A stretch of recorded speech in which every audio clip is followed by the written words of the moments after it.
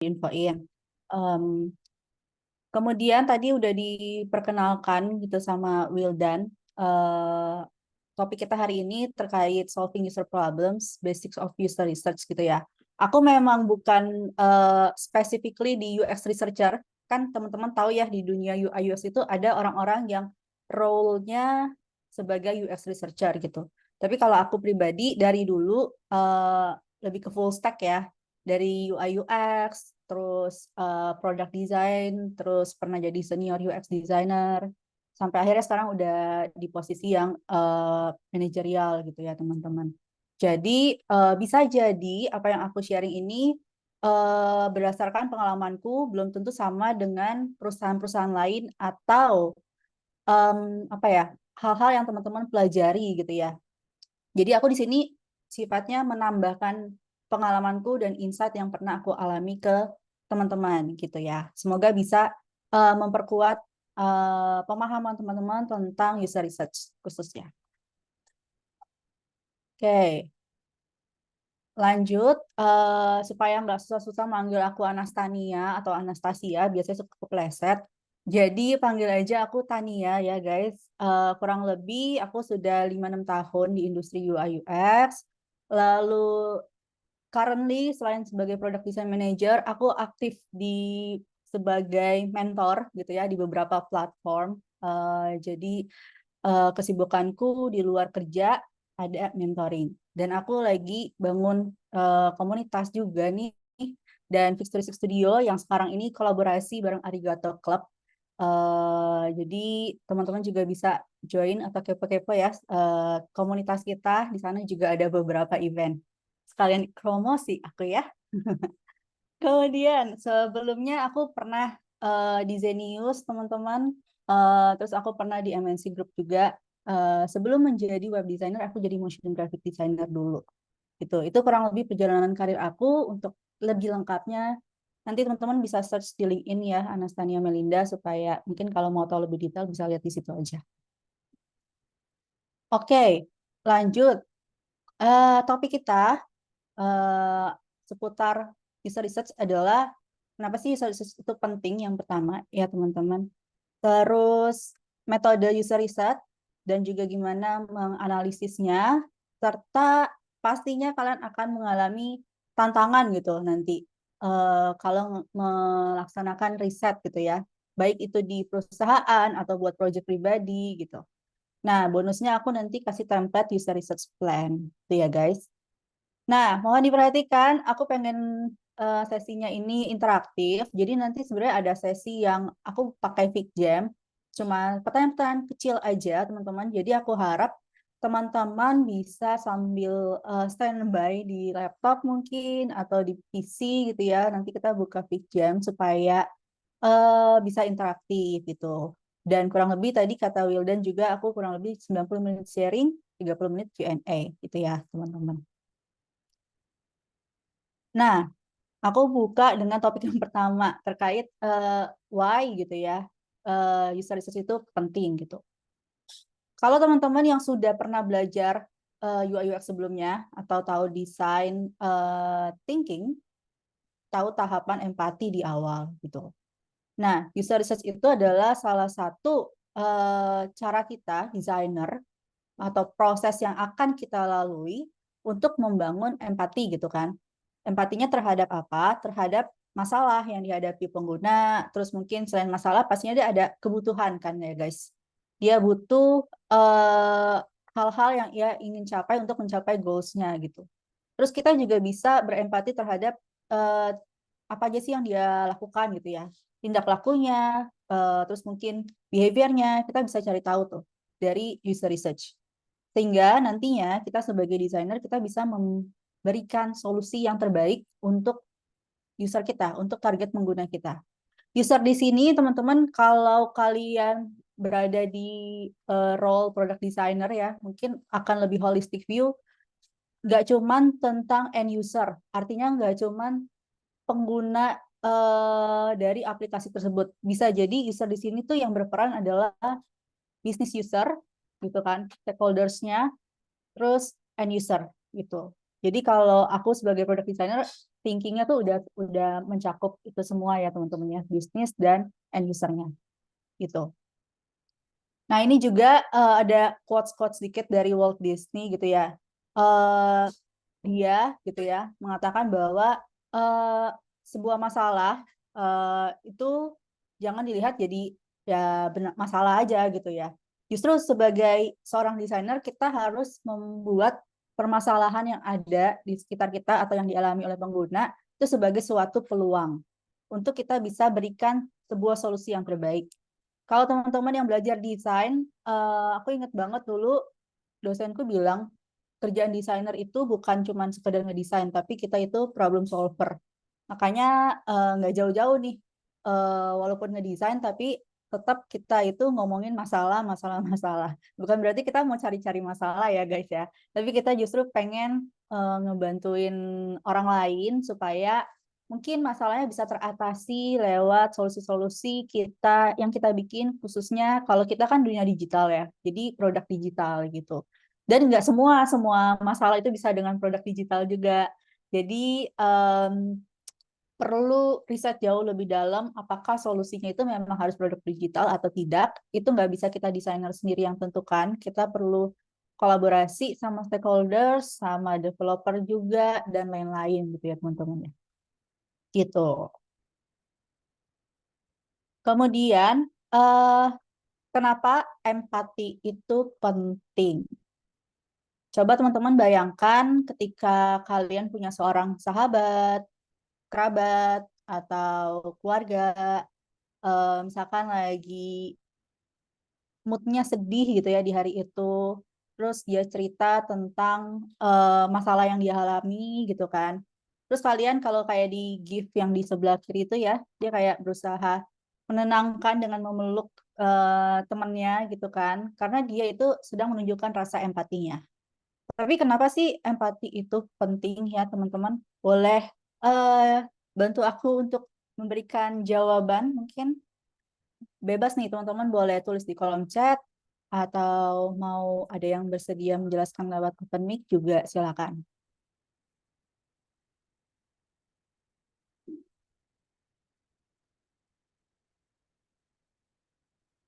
Oke, aku tunggu ya.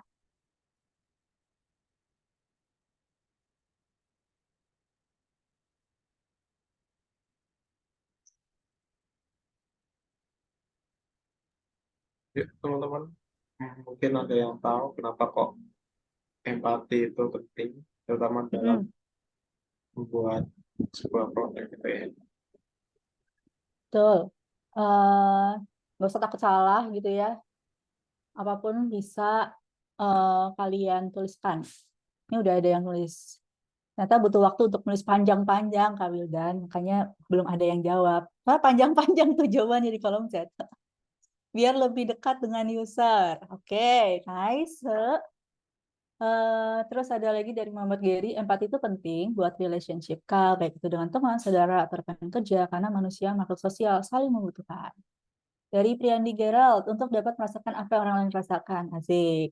Oke, udah kegambar ya kurang lebih ya sedikit lebih sedikit dari gambar gitu kan. Kita pengen merasakan juga apa yang orang lain rasakan. Kita juga pengen menunjukkan bahwa kita tuh em, apa ya menunjukkan bahwa kita juga paham gitu ya dengan apa yang dialami. Seperti yang Aspira bilang gitu ya, bisa lebih memahami apa yang dipikirkan dan dirasakan orang lain, memahami masalah dan kebutuhan user, terus ada lagi agar saling terbuka dan hidup lebih bermakna. Wasik, bahasanya berat nih, hidupnya bisa lebih bermakna. Terus agar produk yang diciptakan dapat sesuai dengan kebutuhan user. Oke, kayaknya udah pada paham. Eh, Berarti aku lanjut ya. Kenapa empati itu penting? eh Pertama ini teman-teman, ini poin pertama yang teman-teman sudah banyak sebutkan di chat tadi ya. Untuk meet user expectation,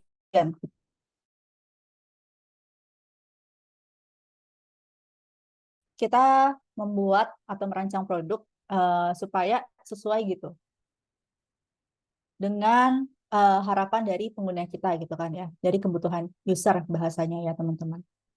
Dan pastinya siapapun orang yang membangun bisnis itu pasti pengen sukses bisnisnya. Ya caranya buat sukses ya harus memenuhi kebutuhan pengguna gitu kan ya guys. Makanya poin pertamanya adalah meet user expectation. Itu penting untuk diingat nih ya teman-teman ya.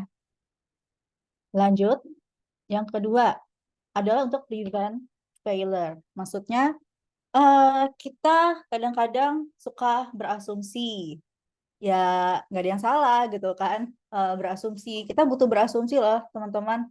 Kalau kita nggak berasumsi, gimana kita bisa mengira-ngira gitu ya? Apa sih yang dibutuhkan oleh user? Tapi ada momennya kita juga perlu eh, memvalidasi gitu kan kepada user kita. Apakah asumsi kita ini betul atau keliru? Makanya untuk bisa mencegah itu eh, dan resiko-resiko lainnya, kita perlu berempati. Dengan cara apa? Dengan cara tadi ya, melalui research, khususnya terlangsung terhadap pengguna. Itu. Terus yang ketiga, selain memenuhi kebutuhan, terus mencegah masalah atau asumsi kita salah gitu ya, atau resiko-resiko yang lain, kita juga pastinya ingin mencari peluang baru. Setiap bisnis itu pasti pengen punya inovasi baru untuk produk yang dia bangun dan untuk bisa offer pengalaman yang jauh lebih baik lagi kepada pengguna. Makanya ketika kita bisa berempati, kita bisa mengulik-ngulik gitu ya tentang si user kita maka bisa jadi kita menemukan hal baru yang dia sebutkan dan itu bisa jadi peluang untuk kita bisa membangun mungkin entah itu bentuknya fitur, entah itu jadi produk baru supaya bisnisnya juga makin growth gitu. Dan itulah yang bisa kita katakan kita mungkin akan sukses gitu ya teman-teman ya, jika kita bisa memenuhi peluang-peluang tadi gitu.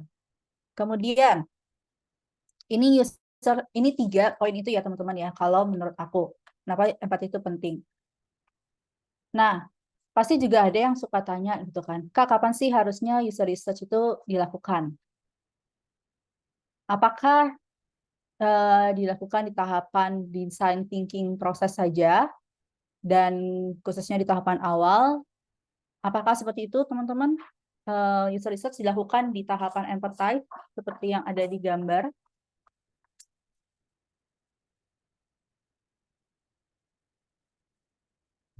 Ada yang setuju?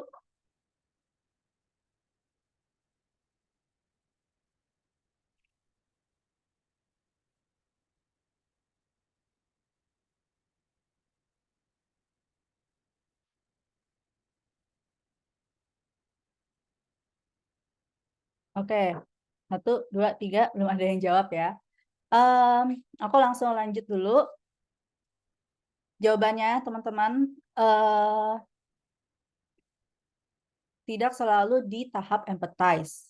Kalau kalian punya buku UX research tentang research gitu ya, si tahapan research itu tidak selalu dilaksanakan di tahap empati. Kalau di design thinking ya teman-teman ya, atau kalau di metode-metode framework lainnya kayak Double Diamond nggak harus selalu di tahap discovery gitu.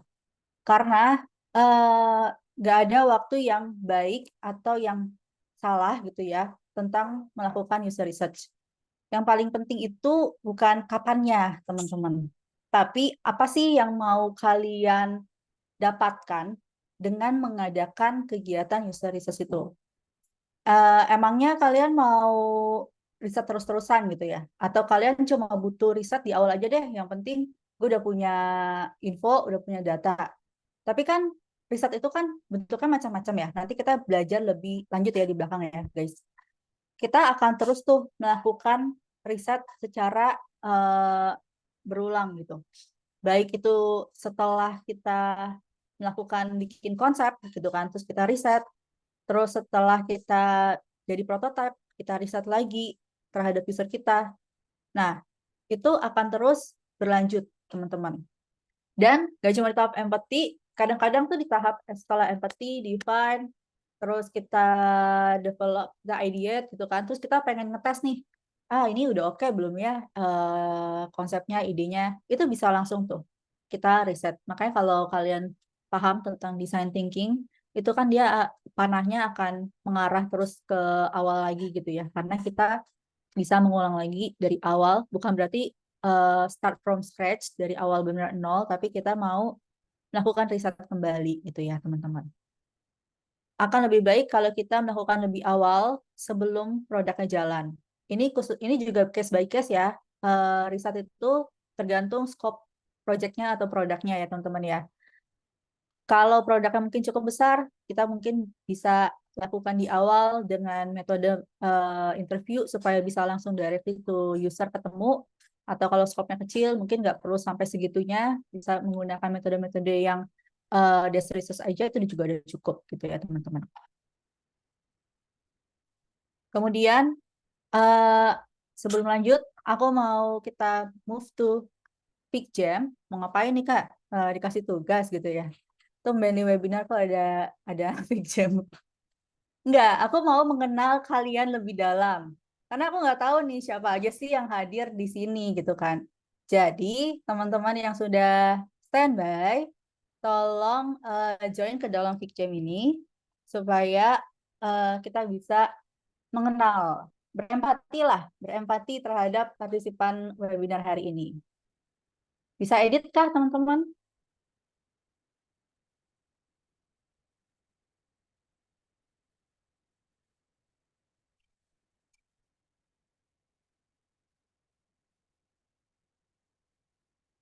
Masih Bisa belum nggak ya? sepertinya kayak.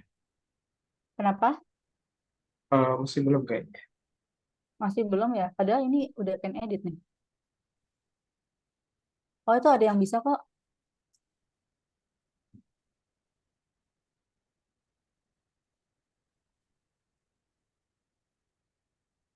Oke, ini aku lihat udah ada yang bisa menggerak-gerakan.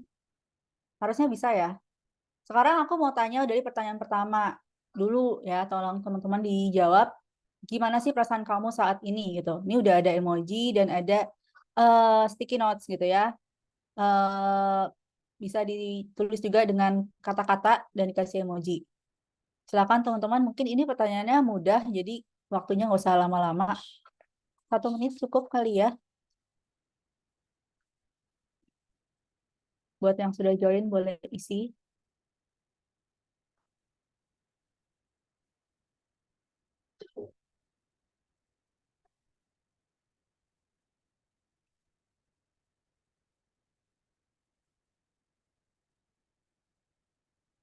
Musiknya ada yang seru nggak?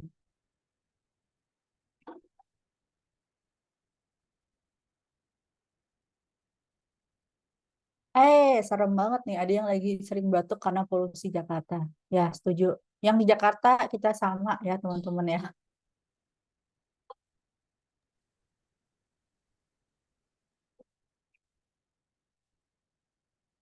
Emojinya boleh di copy paste ya, guys, supaya tidak hilang dari tempatnya. Ya, di copy ya teman-teman ya. Tadi ada yang rebutan tadi. Sebutan emoji. Ayo, happy Kak, antusias. Oke, cukup waktunya ya, teman-teman. Boleh nih, silakan diisi dulu buat yang masih mau mengisi. Aku sambil baca-bacain sedikit supaya ada extend waktu ya. Tadi udah aku baca nih ya, lagi sering batuk. Soal happy karena liburan bisa dapat ilmu baru. Wah, ini menarik nih. Liburan apa nih? Liburan sekolah, liburan kuliah? Aku buat ikut sharing ini dari Sinta. Terus happy dari Syarul, terus ada yang antusias, ada yang senang, ada yang bisa menyerap, banyak pelajaran dari webinar ini, ada juga yang semangat banget, ada yang happy sekali. Waduh, tapi dari yang happy-happy ada yang lagi sedih karena kena tipu. Oke, semoga moodnya tidak apa ya down. Kita belajar dulu, semoga nanti bisa semangat lagi. Oh, katanya tapi masih semangat belajar. Tapi wifi saya lagi mati. Wah, koneksinya lagi kurang bagus ya. Senang banget ada yang lagi libur kuliah, meski sedang lapar. Ngantuk untuk untung udah di boosting pakai kopi. Oke, mantap. Oke, ada juga yang lagi capek banget. Oke, teman-teman, ada yang tahu nggak? eh Ketika aku menggunakan emoji-emoji gini, kalian bisa menemukan ini di eh media media apa ya? After user research kan kita akan membuat sebuah eh dokumentasi gitu ya, teman-teman. Kira-kira kalian bisa menemukan emoji-emoji ini di mana ya? Kalau di dalam UX design, ada yang tahu bisa tulis di kolom chat. Kita mencari tahu nih perasaan dari pengguna dulu. Keyboard. Keyboard HP ya. Ada emoji. Ya bener sih, nggak salah sih. Setuju aku nih sama Melvanza nih. Oke, mungkin ada yang belum tahu Cisat. Jawabannya unik-unik nih ya. UJM, asik, ada yang benar. Tinta Nuria, ada yang nggak tahu mungkin UJM itu apa? Panjangnya adalah User Journey Maps gitu ya. Nanti kalau kalian udah selesai riset, memahami tentang pengguna kalian, kalian kan akan bikin User Journey Maps gitu. Nah, itu tuh ada menyantumkan emoji. Gini teman-teman, kadang-kadang kita tuh nggak nanyain perasaan dia hari itu. Tapi pas bikin UJM, kita bikin nih emoji-emoji. Oh ini sedih, oh ini senang, oh ini flat. Itu taunya dari mana teman-teman? Kalau nggak ditanya ya kan? Nah, ini ceritanya kalian praktek tanya dulu lah emosinya seperti apa gitu ya saat itu, perasaannya seperti apa. Jadi kalian lebih paham gitu ya, nggak ngasal pilih emoji lah, intinya gitu ya teman-teman. Ini latihan kecil-kecilan aja. Oke, aku lanjut ke sini. Aku pengen mengenal demografi peserta-peserta webinar hari ini. Di mana domisili kamu? Silakan, boleh di copy, kasih waktu lagi 1 menit dulu.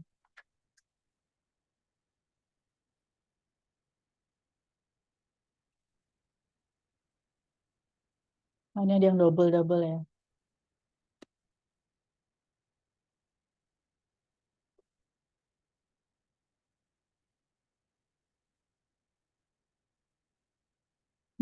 Menarik nih. Lokasinya lumayan jauh-jauh dari tempatku. Oh, ada yang sama. Nah, abis ini bisa reuni, ketemuan, belajar bareng nih. Bogor, anak BSD. Oh, nice. Ada yang dari Balikpapan, ada yang dari Bekasi. Oh, ada yang Bogor, tapi kalau weekdays di Jakarta karena kerja nih pasti. Nah, benar. Oke, thank you yang sudah isi. Ternyata domisilinya beragam, bahkan ada yang dari Kalimantan, dari Jawa, dari Jakarta ya. Teman-teman aku di Jakarta base-nya. Dari Jogja, Banyumas, Depok, Bandung. Oh, Depok melipir Bandung. Dua gitu ya domisilinya ya. Ada yang dari Bogor, dan Jakarta Selatan, Tangerang. Oke, Sulawesi. Nah, dalam user research teman-teman juga akan menentukan demografi pengguna kalian ya teman-teman ya. Itu semua bergantung daripada produknya. Misalkan kalian mau bikin produk travel untuk wisata daerah timur, ya otomatis kan bisa jadi target utamanya adalah warga setempat ya. Gitu. Jadi bisa jadi kalian tentuin dulu demografinya adalah daerah setempat situ, daerah Indonesia Timur. Tapi ada juga kalian bisa bikin demografinya nanti terbuka luas sampai dengan Indonesia wilayah lainnya gitu ya, wilayah tengah, wilayah Indonesia bagian barat, dan bahkan bisa sampai ke luar gitu ya, untuk bisa mendapatkan demografi dari produk kalian. Oke, ini bagian-bagian dari eh, riset ya teman-teman ya, yang harus kalian pahami basicnya. Lanjut, aku pengen tahu lagi, ini kali ini voting teman-teman. Usia dan pekerjaan kamu saat ini. Dan ini anonymous, jadi tenang aja, nggak ketahuan. Silakan teman-teman bisa isi 1 menit.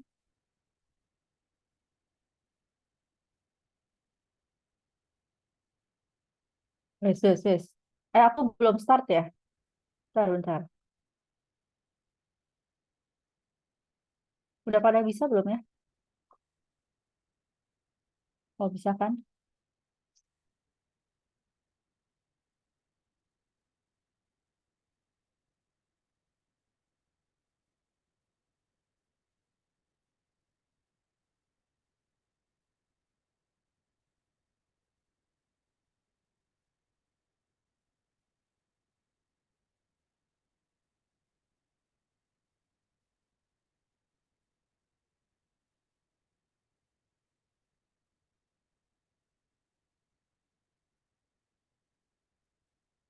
Ya, 8 detik lagi ya, teman-teman. 5, 4, 3, 2, 1. Aku end. Terima kasih yang sudah mengisi. Yang belum, nggak apa-apa. Oke, kita lihat. Kurang lebih tadi setelah menentukan demografinya, ini demografinya masih belum kita kelompokin ya, tapi kalau usia langsung kelihatan nih. Ternyata peserta yang belajar US Research hari ini kebanyakan di usia 15 sampai 20 tahun. Ini semoga benar ya, nggak ngarang-ngarang isi ya. Aku agak shock sih, banyak yang remaja-remaja ternyata di sini. Oke, eh ini judulnya agak clear ya, bukan apa pekerjaan kamu. Di bawahnya tapi banyak ini nih karyawan di sini. Nah, ini mungkin agak berbeda, tapi mungkin bisa jadi cocok karena di atasnya ada 21 sampai 25 tahun gitu ya. Oke, menarik, menarik. Berarti orang-orang yang mau belajar UX Research itu ada di rentan usia 15 sampai 25 tahun dan profesinya adalah pelajar hingga karyawan. I see. Nah, ini akan relate ke pertanyaan berikutnya, teman-teman. Kenapa sih kamu ikutan webinar ini ya? Khususnya sesuai topik hari ini ya, teman-teman. Silakan nih, aku kasih waktu 2 menit mungkin ya, karena butuh nulis-nulis lebih panjang.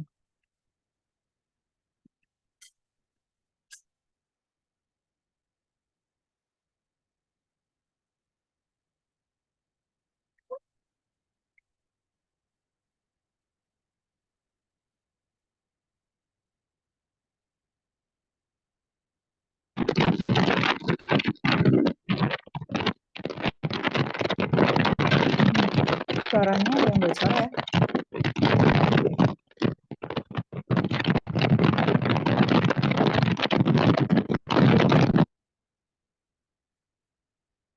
Oke,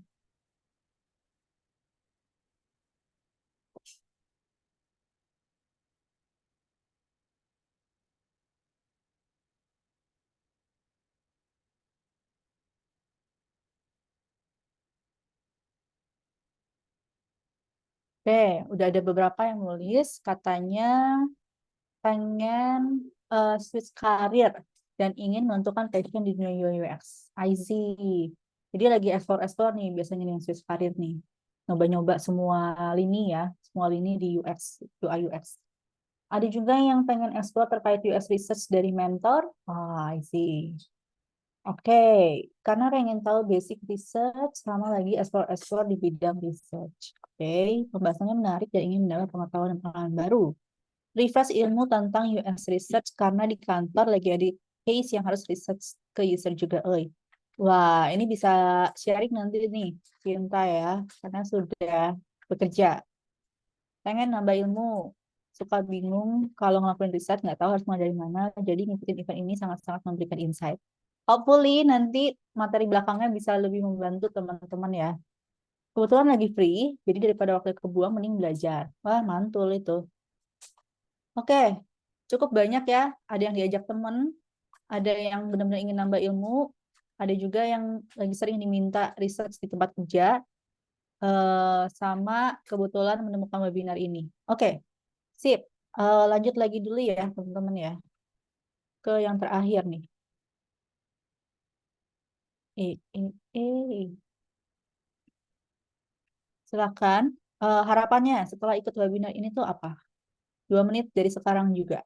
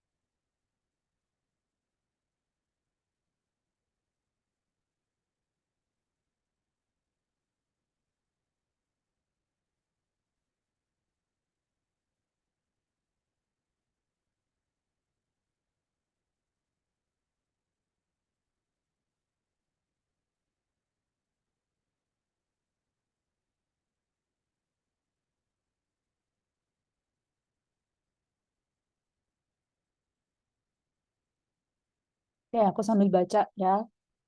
Bisa 55 detik. Dapat perspektif baru dari webinar dan lebih deep lagi terkait research. Diaplikasikan ke pekerjaan.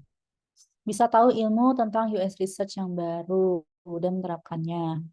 Nambah knowledge, oke. Terus ada lagi yang memperdalam ilmu, karena saya paham betul saya masih kurang di bagian ini.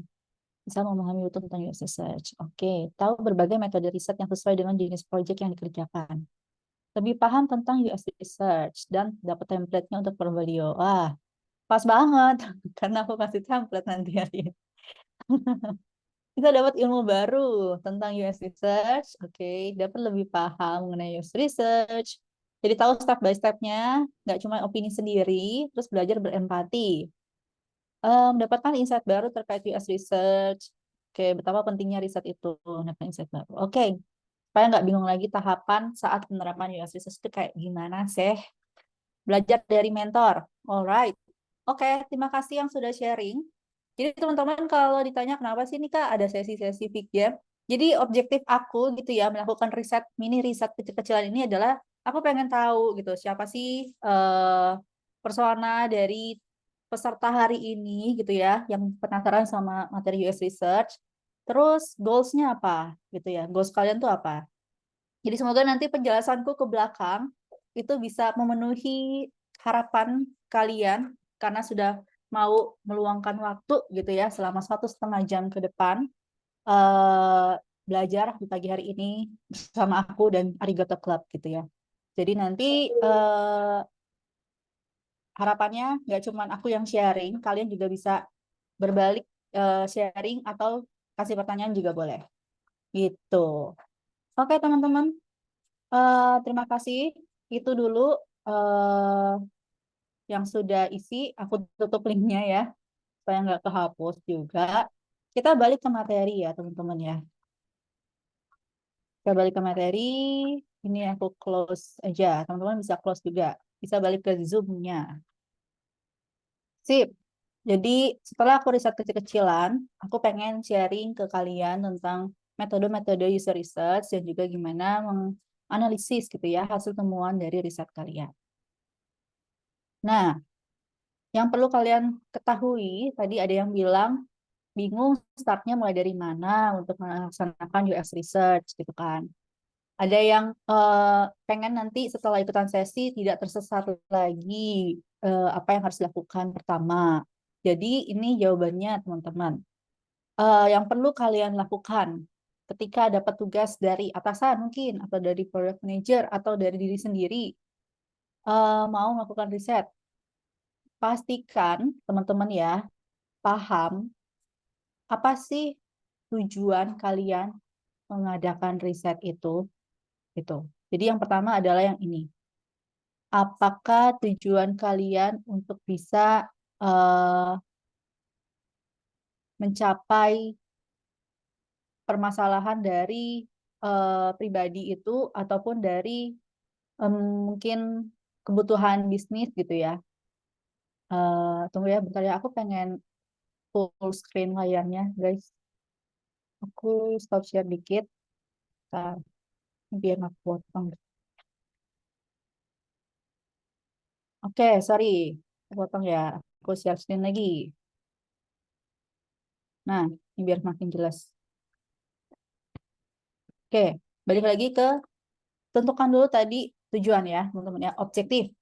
Ada general objektif dan ada tujuan-tujuan kecil pastinya. Apa yang kalian pengen dapatkan. Nanti aku jelaskan lebih lanjut di belakang. Kemudian, eh, kalian pasti tentu sebagai desainer kayak berhipotesa dulu gitu kan. Ya, asumsi-asumsi dulu lah. Aku tuh pengen riset terhadap produk A, produk perusahaanku, karena ya soalnya kita nggak tahu nih apa yang dibutuhkan oleh si company itu benar-benar dibutuhkan juga nggak sama user gitu kan. Jadi kalian tentuin dulu gitu ya eh, masalah di awal yang dibutuhkan company apa dan kira-kira nanti pengguna bisa menggunakan produk itu gitu. Terus metode risetnya apa yang akan dilakukan ada banyak nanti aku juga jelasin di belakang. Terus conduct, yang pasti laksanakan risetnya. ini baik riset-riset yang kalian langsung ke user ataupun yang tidak langsung gitu ya teman-teman. Kemudian nanti sintesis, yaitu menganalisis dan menyimpulkan data riset kalian. Oke, lanjut. Nah, kalau teman-teman yang belum tahu tentang tipe-tipe US research gitu ya, secara garis besar yang bisa kita ketahui ada primary research sama secondary research gitu ya. Primary research yaitu riset yang kita laksanakan gitu ya teman-teman, secara langsung berkomunikasi terhadap pengguna kita. Sementara secondary research atau desk research itu kita nggak secara langsung, jadi kebalikannya. Dan pasti ada pro and cons antara keduanya teman-teman. Kalau primary karena kita langsung gitu ya, formatnya directly, di sini ada tulisannya ini directly, kita pasti butuh cost, biaya. Kenapa kita butuh cost? Pertama, kalau teman-teman yang belum bekerja nih, yang masih belajar-belajar tadi, ketika kalian mengkondak research langsung ke user, kalian harus cost di sini ada biaya, ada waktu, teman-teman. Biaya, kita butuh setup ruangan mungkin. Kita butuh alat-alat untuk bisa merekam situasi kita ketika lagi interview user. Itu yang kalau offline. Kalau online bisa lebih murah pastinya ya. Atau mungkin sama kita butuh biaya untuk kasih di si interview pengguna kita itu kasih souvenir atau ngasih insentif, kasih reward gitu kan. Karena mereka udah jauh-jauh datang nih. Kita undang ke kantor mungkin atau kita undang kemana gitu ya. Kita perlu ngasih dia insentif gitu teman-teman. Terus kalau dari waktu, karena kita butuh setup ketemu orang, pasti kita perlu janjian.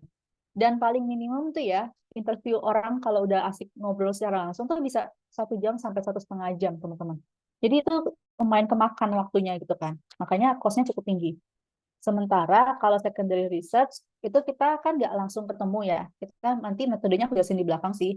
Itu cost-nya akan lebih rendah dan lebih murah ya teman-teman ya. Kemudian dari waktu tadi antara primary research itu akan lebih lama, sementara yang secondary research itu akan lebih singkat. Formatnya primary directly, secondary indirectly. Kalau yang primary itu bentuknya researcher atau kita gitu ya designer berperan sebagai researcher, kita yang akan menginterview langsung sesi interview dengan si user atau sesi focus group discussion ataupun metode-metode primary research lainnya. Tapi kalau secondary research itu kan riset yang sudah dilakukan oleh orang lain. Jadi kita tinggal mengambil data-data dari orang lain. Jadi ini akan disupport, di-provide sebenarnya data dari third party atau orang lain gitu ya teman-teman. Nah, metode-metodenya ada apa aja Kak gitu kan. Kalau primary research yang paling umum dan mungkin paling sering aku temukan juga di industri-industri di Indonesia gitu ya khususnya ya, dari cerita teman, dari cerita mentor-mentor lain gitu ya. Kalau primary research itu yang paling umum adalah in-depth interview. Kita mewawancara pengguna kita secara langsung, baik itu yang offline ataupun yang online gitu. Terus ada focus group discussion. Nah, kalau focus group discussion kita mengundang nggak cuma satu orang ya. Kalau in-depth interview tadi partisipannya satu orang gitu. Jadi kita satu orang gitu ya interviewnya antara researcher sama penggunanya. Tapi kalau focus group itu biasanya penggunanya bisa lebih dari satu gitu ya. 5 orang.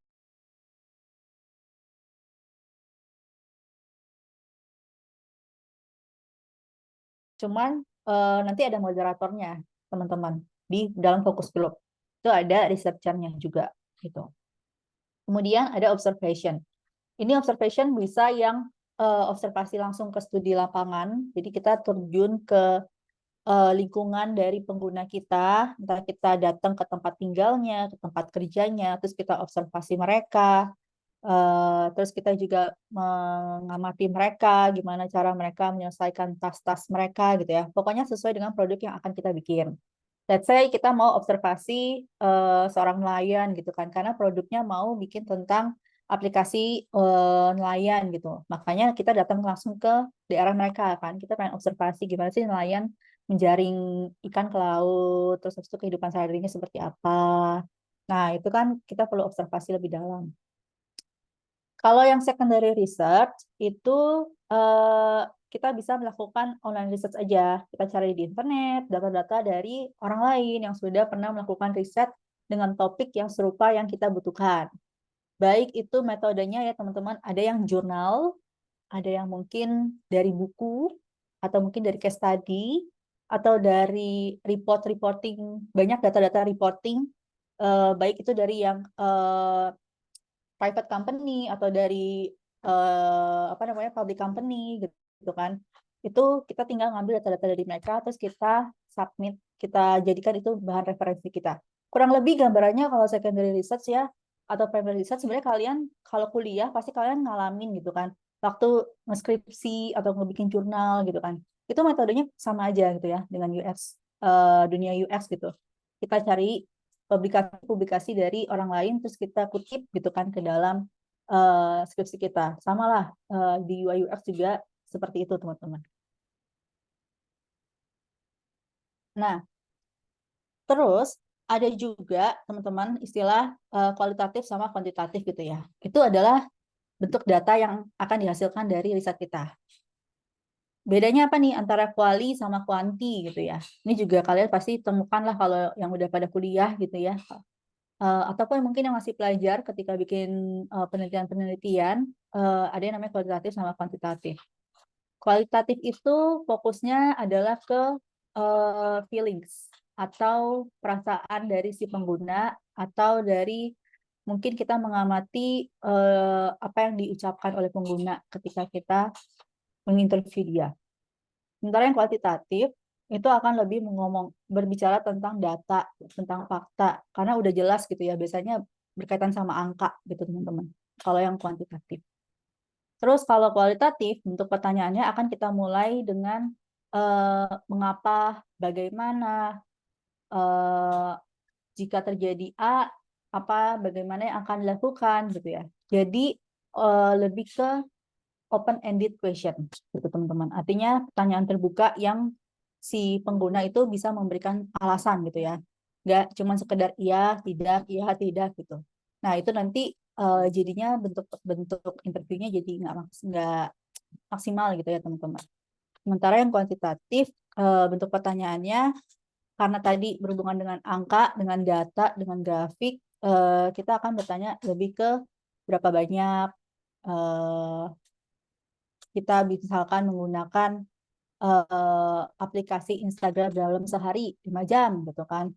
Berapa kali kita membuka HP untuk scrolling Instagram. Wah, nggak terhitung deh, karena setiap kali istirahat buka lagi Instagram atau refleks gitu ya, kebiasaan buka Instagram. Nah, itu akan berhubungan sama kuantitatif. Kemudian formatnya, kualitatif kita akan lebih sering directly karena kita ketemu dengan user. Terus kalau kuantitatif itu nggak direct ya teman-teman, kita bisa melihat dari analisa data, baik itu yang apa namanya statistik ataupun dari survei-survei kita bisa temukan itu nanti gitu ya. Terus metodenya kalau kualitatif ada interview, focus group, diary study, sama usability testing. Kalau yang kuantitatif biasanya A/B testing, click analysis, surveys, dan eye tracking gitu. Nah, bedanya apa sih antara semuanya? Kayaknya kalau interview focus group teman-teman sudah cukup familiar gitu ya. Tapi kalau diary studies biasanya itu nanti si pengguna akan mencatat gitu ya kesehariannya. Terus kita juga sambil observasi. Tadi kan di sebelumnya ada observation ya teman-teman ya. Kita sambil melihat kesehariannya dia. Kalau usability testing ini yang paling sering juga kita lakukan kalau di dunia UX adalah kita menguji dari produk yang udah kita bikin nih. Bentuknya biasanya prototype gitu ya teman-teman ya. Prototype udah dibikin, udah selesai sampai ke high fidelity design, terus kita uji coba gitu kan. Bisa pakai aplikasi third party gitu ya, pakai Maze atau yang lainnya, atau Useberry dan lain-lain. Tapi bisa juga manual. Aku pernah melakukan usability testing manual gitu. Jadi kayak ya udah dari Figma aja langsung dikasih link prototype-nya, terus dia coba, terus kita amati gitu kan. Kemudian kalau yang A/B testing itu kurang lebih kita menguji antara desain A dan desain B, teman-teman. Jadi ada dua alternatif desain.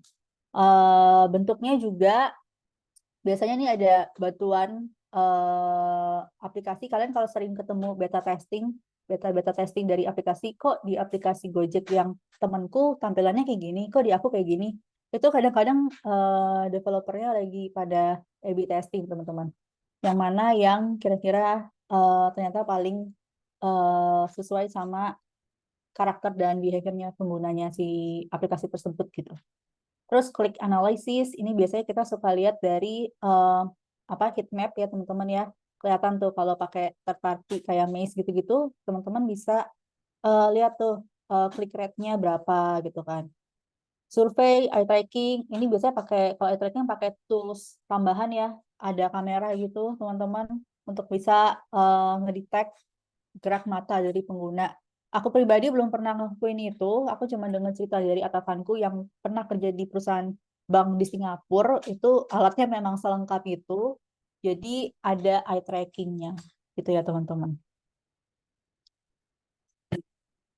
Lalu, lanjut. Ini kalau kalian penasaran sama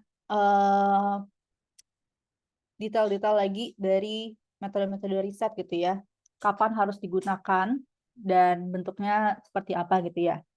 Contoh, kalau teman-teman pengen mendapatkan insight gitu ya, tanggapan-tanggapan yang lebih dalam dari pengguna kalian, maka lihatlah diagram ke atas ini, ke arah kualitatif.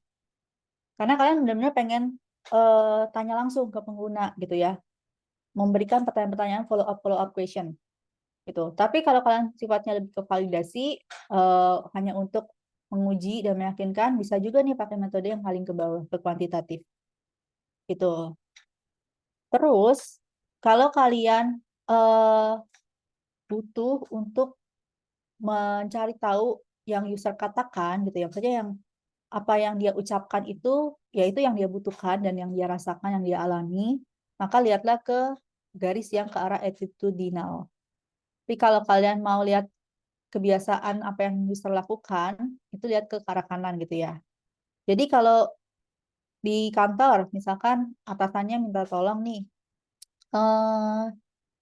Kak Wildan, tolong dong, aku butuh insight lebih dalam untuk bisa membuat fitur A gitu ya, misalkan fitur belajar online ini sesuai dengan kebutuhannya user. Aku butuh tahu apakah masalah yang dihadapi sedalam apa, sama kebutuhannya tuh selain mungkin fitur-fitur yang udah ada di aplikasi kita sekarang, ada tambahan-tambahan baru, insight-insight baru yang user bisa kasih gitu ya. Terus aku pengen si user juga kamu bisa mengamati nggak cuman apa yang dia katakan, tapi juga apa yang dia lakukan gitu ya. Nah, itu teman-teman bisa ngambil mungkin ke arah diagram yang tadi ya, kualitatif dan attitudinal gitu kan. Ini semakin ke atas berarti semakin memenuhi kebutuhan yang paling, aku nggak mau bilang paling tepat, tapi mungkin yang paling efektif dan mungkin paling efisien juga untuk bisa mendapatkan data yang benar-benar powerful ketika ketemu pengguna gitu ya, yaitu yang atas nih, yang in-depth interview gitu. Karena kita udah direct gitu ya, udah ketemu langsung sama pengguna, jadi kita bisa dapat langsung insight-nya dia gitu. Nah, tapi kalau misalkan, oh Kak Wildan, ini udah ada desain dari desainer, desain A dan desain B gitu kan. Nggak perlu ketemu sama user deh, nggak usah sampai benar-benar nge-interview. Kita cuma butuh testing doang, cuma buat validasi apakah desain A yang lebih disuka atau desain B. Nanti pakai toolsnya bisa pakai Maze atau bisa pakai tools yang di developer juga gitu kan. Dan perlu ada data analitik apa namanya click rate-nya dan segala macam. Nah, itu bisa pakai metode A/B testing ya teman-teman ya. Gitu. Jadi lihatnya ke bawah. Gitu. Cara teman-teman tahu kapan harus menggunakan metode riset A, B, C, D, E, dan seterusnya. Terus, pastinya kalau kalian mau melakukan riset, perlu merencanakannya, teman-teman. Kenapa harus direncanakan? Karena ketika kalian apa ya, nggak merencanakan sebuah kegiatan, ini nggak cuma riset bahkan. Kalau kalian mau, let's say kalian mau nge-trip gitu ya, kayak aku kemarin mau ada perjalanan gitu kan, keluar ke negara orang nih, nggak tahu apa-apa tentang negara orang. Kalau aku nggak riset, nggak aku persiapkan, nggak siap-siap dulu, bisa jadi nanti pas aku udah di sana, aku serba salah gitu, kayak aku salah kendaraan, aku nyasar, atau aku ketemu hal-hal yang tidak diharapkan gitu kan. Sama nih, untuk bisa mengetahui kebutuhan pengguna dan melakukan riset supaya semuanya terplanning dengan baik, nggak ada yang ketinggalan-ketinggalan, misalkan, aduh lupa nih nanya pertanyaan A, lupa nih pertanyaan B, maka kalian harus planning, teman-teman. Itu penting gitu ya, sebagai seorang researcher mungkin atau seorang UX designer. Nah, kalau mau riset, tanyakan dulu gitu ya, kenapa sih harus melakukan user research gitu ya? Kenapa harus riset yang langsung ketemu pengguna? Emangnya masalahnya benar-benar harus ketemu pengguna gitu ya? Itu perlu ditanyakannya kemana sih Kak gitu ya? Tanya ke, bisa ke stakeholders gitu ya, atau ke atasan kalian, atau ke siapapun yang memberikan task itu ke kalian. Tanyakan lebih detail gitu ya. Siapa tahu metode risetnya nggak harus melulu ketemu sama penggunanya secara langsung. Bisa jadi dari hasil secondary research itu udah cukup gitu teman-teman. Kemudian, apa yang sudah kamu ketahui dan yang belum. Nah, ketika kalian mau conduct riset, catat dulu nih data-data yang kalian sudah ketahui. Dari mana tahu yang udah diketahui nih? Orang kita desainer biasanya nggak dapat data apa-apa, ya minta teman-teman. Kalau di kantorku ada tim data, ada tim tech, dan tim produk gitu kan. Jadi, karena berhubungan sama data, berarti aku bisa approach mendekati tim data. Tim data udah punya info nggak sih tentang data-data dari produk yang mau dibikin ini nih gitu ya?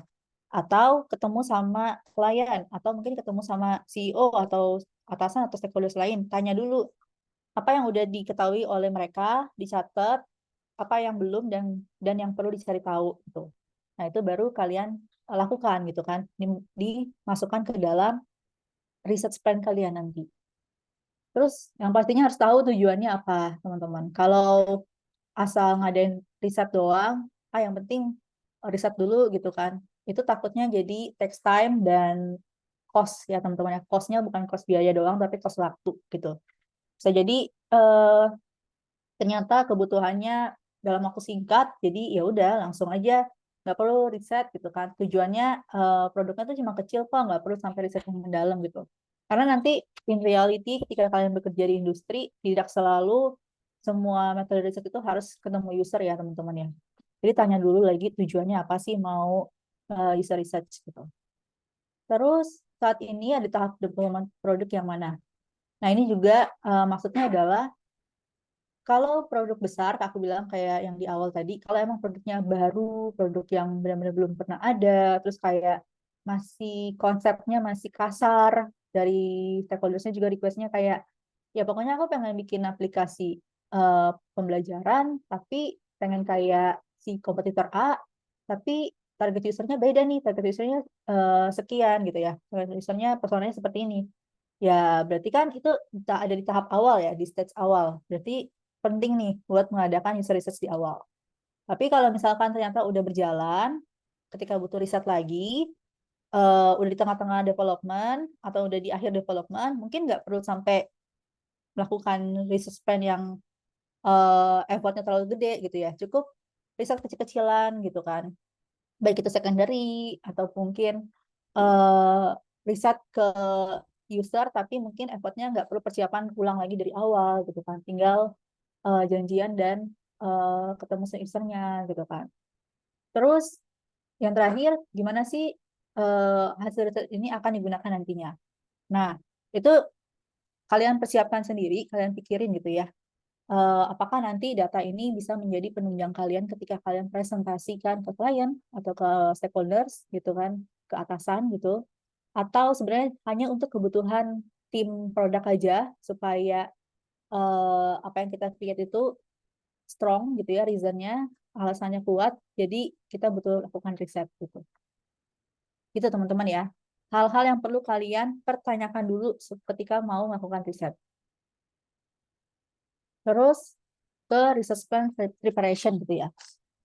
Nah, research plan itu akan lebih baik kalau kalian dokumentasikan. Jadi bukan cuma sekedar kayak di otak aja gitu kan, kayak ya udah nanti mau invite 5 partisipan dengan kriteria seperti ini, terus pertanyaannya ini 1, 2, 3, 4, 5 gitu kan. Tapi yang research plan yang baik itu kalian dicatat semua, dokumentasi. Kenapa? Karena ketika nanti ditanya sama tim lain atau ditanya sama klien atau sama atasan, bukti-buktinya tuh ada gitu kan. Bukti-buktinya jelas. Oh ini loh, aku membuat list pertanyaan di research plan aku seperti ini, sesuai dengan recording di interview gitu ya. Dan hasil sintesisku udah sesuai sama hasil recordingnya dengan pertanyaannya juga. Jadi buktinya nggak hilang gitu ya teman-teman ya. Buktinya ada. Nah, research plan itu isinya kurang lebih kalau menurutku yang sederhana itu ada research type ya. Maksudnya research type itu adalah kayak ini tuh mau riset apa sih? User interview, user atau concept testing atau usability testing gitu kan. Terus timeline, terus ada background projectnya, terus ada problem statement, ada research objektif, tujuannya, ada pertanyaan, terus ada hipotesis sama metode. Nah, kurang lebihnya seperti ini ya teman-teman ya. Mungkin aku kasih singkat aja, ini nggak akan dikerjakan gitu ya bareng-bareng, tapi nanti teman-teman bisa akses ini. Mana ya cara zoomingnya? Cara ngezoom.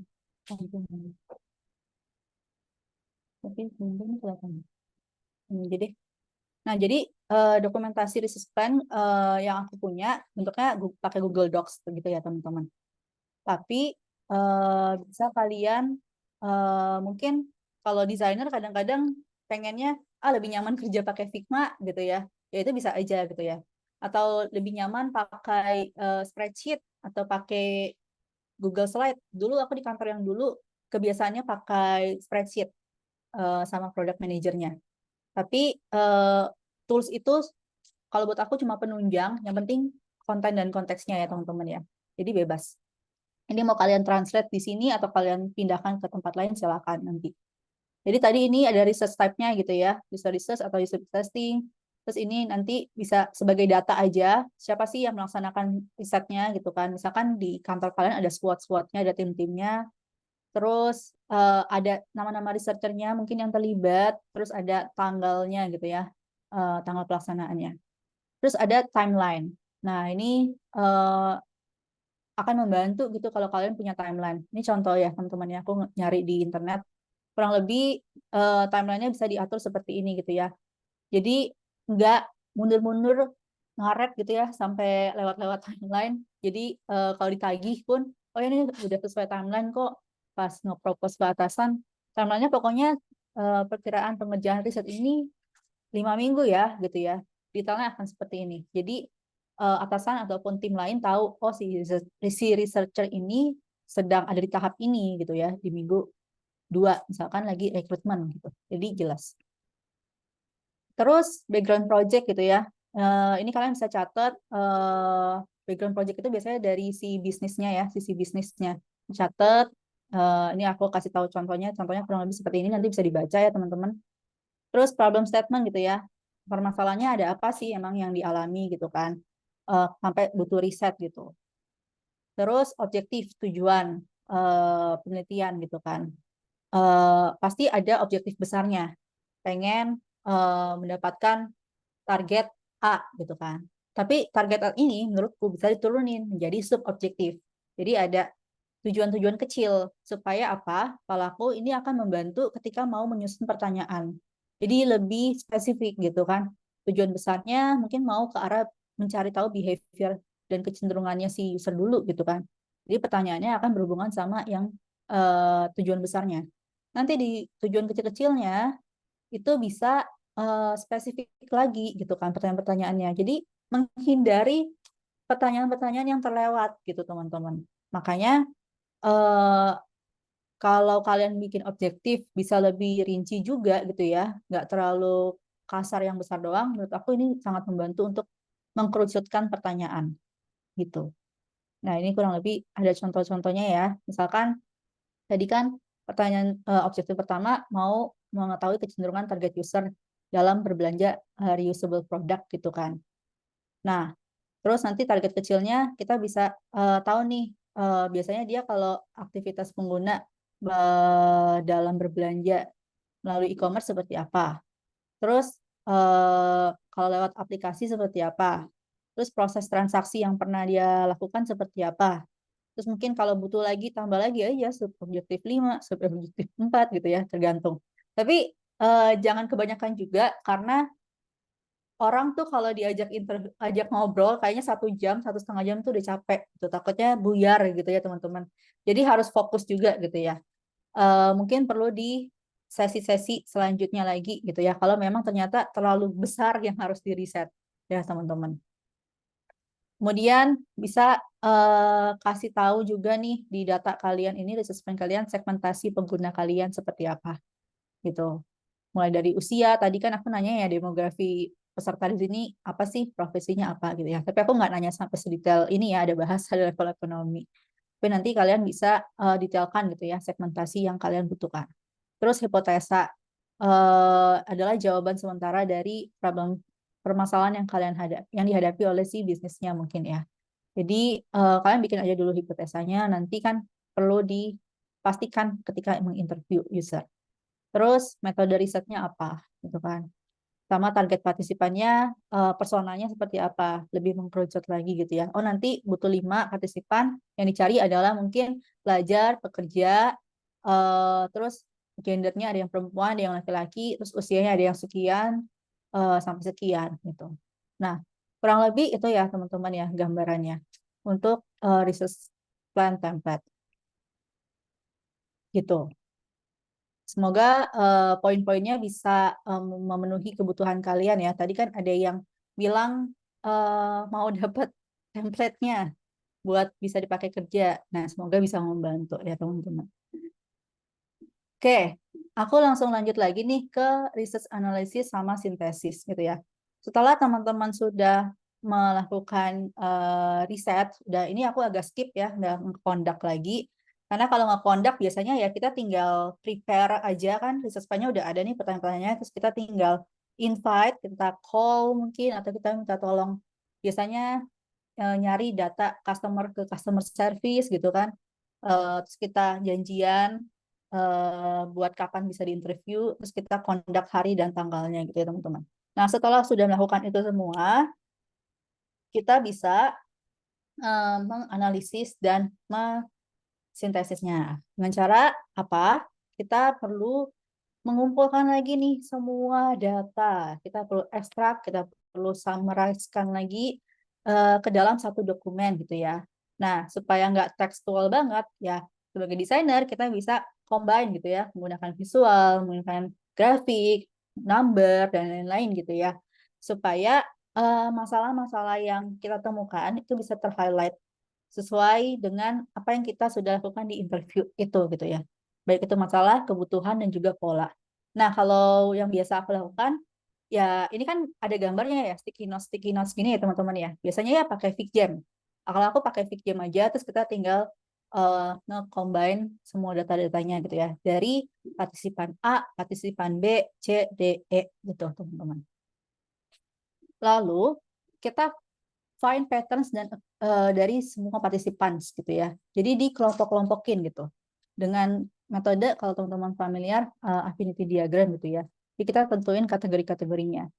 Pertama dari problems-nya dulu nih, problems dari beberapa partisipan, partisipan A, B, C, D, E.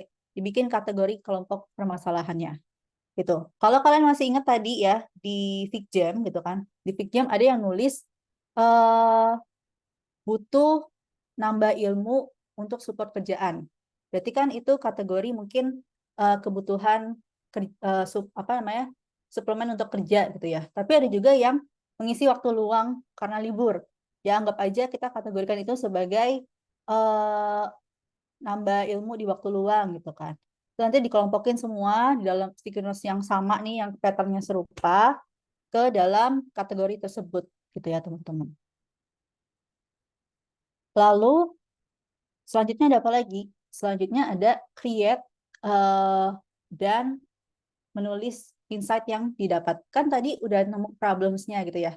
Nah, kita juga bisa dapatkan apa sih kebutuhannya dan keinginannya si user. Pasti ada insight baru yang mungkin bisa jadi nggak kepikiran sama kita, akhirnya kita menemukan itu gitu kan di hasil user interview. Nah, teman-teman perlu catat itu semua, temuan-temuannya, supaya menjadi acuan ketika mau membuat ideation gitu ya, ide baru di dalam next step kalian nih dalam desain prosesnya, ataupun mau memperbaiki ide yang udah ada, tapi dimaksimalin lagi gitu ya, dengan insight yang baru. Nah, itu perlu bikin tuh. Biasanya masih di dalam jam itu juga ditandain gitu ya, mana yang ide-ide baru yang belum pernah ada, dan nanti itu bisa dipropose gitu ya, diajukan ke tim atau ke atasan. Kemudian kita organize gitu ya, semua temuan-temuan dan data-data tadi ke tampilan yang mudah dipahami dan dicerna oleh orang lain. Biasanya itu kalau cuman tim produk atau tim desain di Figma aja cukup gitu ya. Yang penting dirapihin semuanya, mudah dibaca. Tapi kalau misalkan kalian akan mempresentasikan itu ke atasan, ke klien, ya dibikinlah slide presentasinya teman-teman. Entah mau pakai Google Slide, mau pakai mungkin Canva, atau mau di Figma tapi didesain kayak PPT gitu ya, kayak ini gitu kan. Jadi harus mudah dipahami ketika dibaca dan cukup jelas, teman-teman. Nah, itu cara kita bisa menganalis dan mensintesis data yang sudah kita temukan. Kak, gimana biar hasil datanya nggak keliru gitu ya? Nah, itu gunanya ketika mengkondak interview, kalian perlu merekam supaya bisa didengarkan berulang-ulang kali. Apa yang kalian catat, oh ya udah sama kok sama hasil data rekaman itu gitu kan. Jadi aku nggak eh, ngawang-ngawang asal nyatet pas ngomong. Kan kalau lagi interview cepet banget ya teman-teman ya. Mungkin si partisipan yang ngomong. Jadi kita nggak sempet tuh nyatet dengan detail. Makanya perlu direkam supaya kita bisa mendengarkan ulang, terus kita melengkapi catatan kita sehingga bisa terorganisir dengan baik semuanya, dan kita tuh nggak sembarangan juga mencatat semua hasil yang kita temukan di user interview itu. Gitu. Sampai sini aku nggak kecepatan ya, semoga jelas ya teman-teman ya. Nah, selama melakukan riset, teman-teman, yang terakhir nih topik kita, pastinya teman-teman pernah mengalami tantangan atau kendala-kendala gitu ya. Apa aja gitu Kak yang mungkin atau yang belum pernah riset gitu ya. Apa aja sih Kak kendala kalau lagi mau melakukan riset gitu ya. Nah, ini ada beberapa. Kalau kamu menghadapi kendala di beberapa di bawah ini, pasti yang harus dilakukan gitu kan. Pertama, mungkin ini yang paling sering juga sering dialami gitu ya oleh perusahaan-perusahaan kecil, startup gitu kan. Aduh, limit budget nih terbatas banget. Nggak ada orang yang bisa kerjain. Kerjaanku ngedesain banyak banget gitu kan. So, itu semua perlu dikomunikasikan gitu ke tim, ke atasan, ke klien gitu kan. Yang paling penting prioritas tujuannya itu harus ditentukan dulu gitu ya. Dirembukin bareng gitu ya. Kalau memang di budgetnya terbatas, SDM-nya juga terbatas, kita mungkin nggak harus melulu mengadakan user research yang user interview gitu teman-teman. Ada banyak metode riset yang bisa kita lakukan. Untuk saat itu ya, kita bisa nge-conduct riset itu lagi nanti kan. Kita bisa nge-timelinein mungkin nanti ketika berjalannya waktu, oh nanti kita bisa nge-conduct lagi nih, mungkin usability testing bentuknya ketemu user gitu. Kita bisa pakai tools, metode yang murah dan gratis gitu kan. Contohnya remote testing gitu ya. Terus kita bisa kolaborasi sama tim lain. Ini kalau mungkin di dalam satu company punya beberapa produk yang mirip-mirip, atau atau misalkan udah pernah lakukan riset, kita bisa minta tolong gitu ya, atau yang lagi kosong bisa minta tolong gitu ya. Tolong dong bantuin ke tim aku, mau ngadain riset tapi kurang orang nih gitu kan. Nah, kita bisa minta tolong gitu ya kalau kita kolaborasi. Kadang-kadang aku sering dimintain tolong sama beberapa orang gitu ya. Kebetulan aku memang user gitu ya dari produk company dia. Jadi kayak tolong dong gitu ya, bantuin aku gitu. Nah, ya itu bisa aja, itu terjadi kok teman-teman gitu. Terus time constraints. Karena kadang-kadang kita juga suka terbatas waktu gitu ya. Aduh, nggak punya waktu gitu kan. Ini project cuma seminggu atau 2 minggu atau singkat banget deh pokoknya gitu kan. Ya balik lagi, tentuin lagi prioritas tujuan risetnya mau apa gitu kan. Objektifnya apa nih gitu kan. Masalahnya seberapa besar. Kalau memang ternyata dengan waktu yang sangat singkat dan masalahnya juga bisa ditangani dengan metode riset yang sederhana, nggak perlu sampai ketemu user ya, it's okay gitu kan. As long as kita punya data nanti untuk kita tunjukkan ke tim kita, ke atasan bahwa oh ini loh datanya, desain yang aku bikin berdasarkan data ini gitu. Dan teman-teman juga perlu think smart. Maksudnya tadi aku bilang gunakan metode riset yang dirasa cukup efektif untuk mendapatkan insight gitu ya. Karena keterbatasan waktu, kita desainer itu juga punya limitasi, teman-teman. Jadi kita bukan cenayang yang bisa bikin candi, 1.000 candi dalam waktu sehari gitu. Jadi it's okay semuanya kalau dikomunikasikan ke atasan. Kalau memang uh, butuh riset yang lebih dalam, minta perpanjangan waktu gitu. Itu tinggal dikomunikasikan ya teman-teman ya. Kemudian partisipan rekrutmen. Kadang-kadang uh, kita bingung cari partisipan karena mungkin belum ada nih usernya gitu ya yang pakai aplikasi kita. Atau banyak yang tipikal karakter orang Indonesia kadang-kadang nggak suka ditanya-tanya. Jadi susah nih buat dimintain tolong untuk riset gitu kan. Jadi kalau bisa semua data-data partisipan yang udah pernah dilakukan itu disimpan semua teman-teman. Jadi kita kalau butuh lagi kita gampang nyarinya. Nah, atau kita bisa guerrilla apa namanya suka minta partisipan lewat posting-posting di internet gitu ya. Dibikin dulu postingannya gitu ya bahwa eh, tim saya akan melaksanakan riset untuk kebutuhan menganalisa produk A gitu kan di perusahaan, mencari partisipan dengan kriteria usia 15 sampai 20 tahun, pelajar misalkan yang sedang belajar tentang teknologi digital gitu. Nanti kan siapa tahu ada yang bersedia mengisi formulirnya, bersedia jadi partisipan gitu ya. Dan jangan lupa kasih rewards teman-teman. Kasih rewards dan insentif. Karena pastinya dia udah effort untuk meluangkan waktu, makanya kasih rewards dan insentif itu juga butuh ya teman-teman. Terus mungkin kalau misalkan susah buat ketemuan langsung, masih ada kok online tools gitu ya. Sekarang semuanya udah terbiasa sama online meeting kayak kita sekarang. Jadi harusnya tidak terbatas hanya karena kita nggak bisa ketemu langsung. Kecuali kalau memang produk yang dibangun itu butuh banget melihat langsung gitu kan. Gimana sih cara orang memakai produknya atau gimana gitu kan. Jadi ya mau nggak mau kita perlu ketemu langsung sama usernya. Harus janjian gitu kan. Kemudian kendala lainnya biasanya uncooperative participants. Kadang-kadang kalau di interview partisipannya iya iya aja, bagus kok gitu kan. Atau bingung sih Kak, kayaknya sih yang ini kurang bagus, tapi aku nggak tahu bagusnya dari mana gitu kan. Nah, itu semua harus dibangun dari awal ketika kalian memulai interview teman-teman. Kadang-kadang kita eh, lupa untuk basa-basi. Ini penting nih kalau lagi interview basa-basi dulu di awal. Mau kayak layaknya kita ngobrol sama teman gitu kan. Kayak tanya kabar. Tadi aku tanya kabar mood kalian kan hari ini. Emosi kalian kayak gimana sih? Oh ternyata dia lagi capek. Wah berarti kalian harus siap-siap nih ketika menginterview si partisipan. Strateginya harus disiapin. Kalau partisipannya lagi capek, gimana caranya biar nanti tetap maksimal gitu kan. Kalau lagi happy gimana gitu kan. Jadi harus dibentuk dulu suasana dan tempat yang nyaman.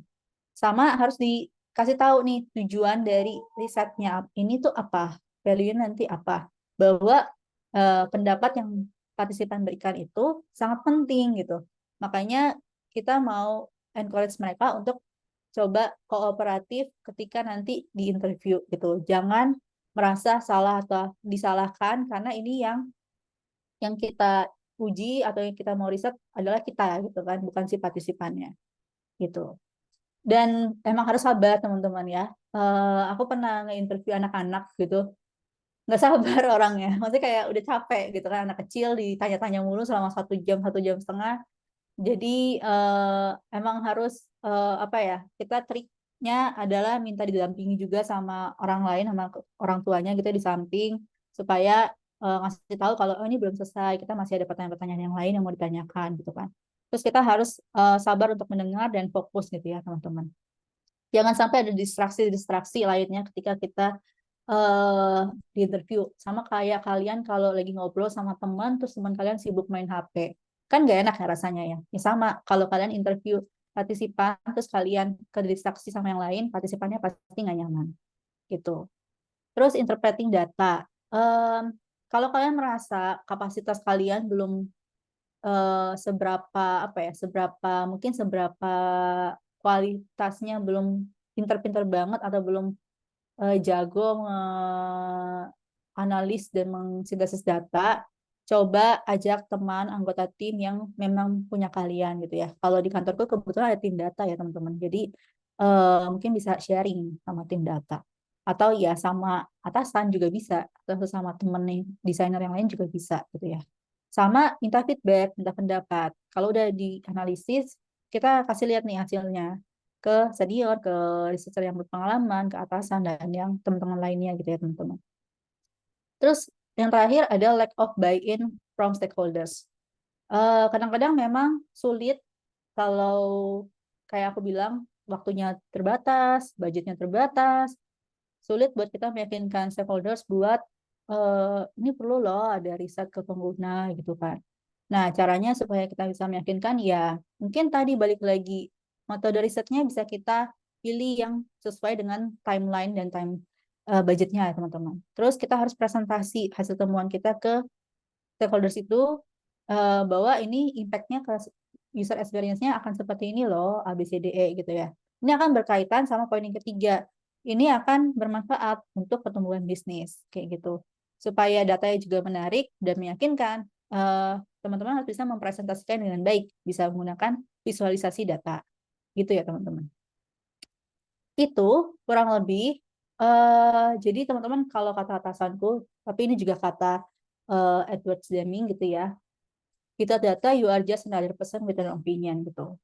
Se Sesempit-sempitnya kalian nggak punya waktu untuk melakukan riset, seorang desainer itu harus punya data untuk bisa mendukung karyanya gitu ya. Baik itu data dalam bentuk theoretical mungkin, kenapa desain A kok bentuknya seperti ini, kenapa desain B kok seperti ini, atau data yang kalian memang temukan dari hasil research gitu ya, ke user atau dengan secondary research gitu ya, supaya ketika kalian propose atau ditanya sama atasan sama klien, kalian punya alasan yang kuat gitu, tidak merasa di blaming, tidak merasa disalah-salahin atau tidak merasa di pojokan gitu ya teman-teman. Makanya eh, kita itu memang perlu ada data pendukung gitu teman-teman. I think that's all dari aku sharing materinya.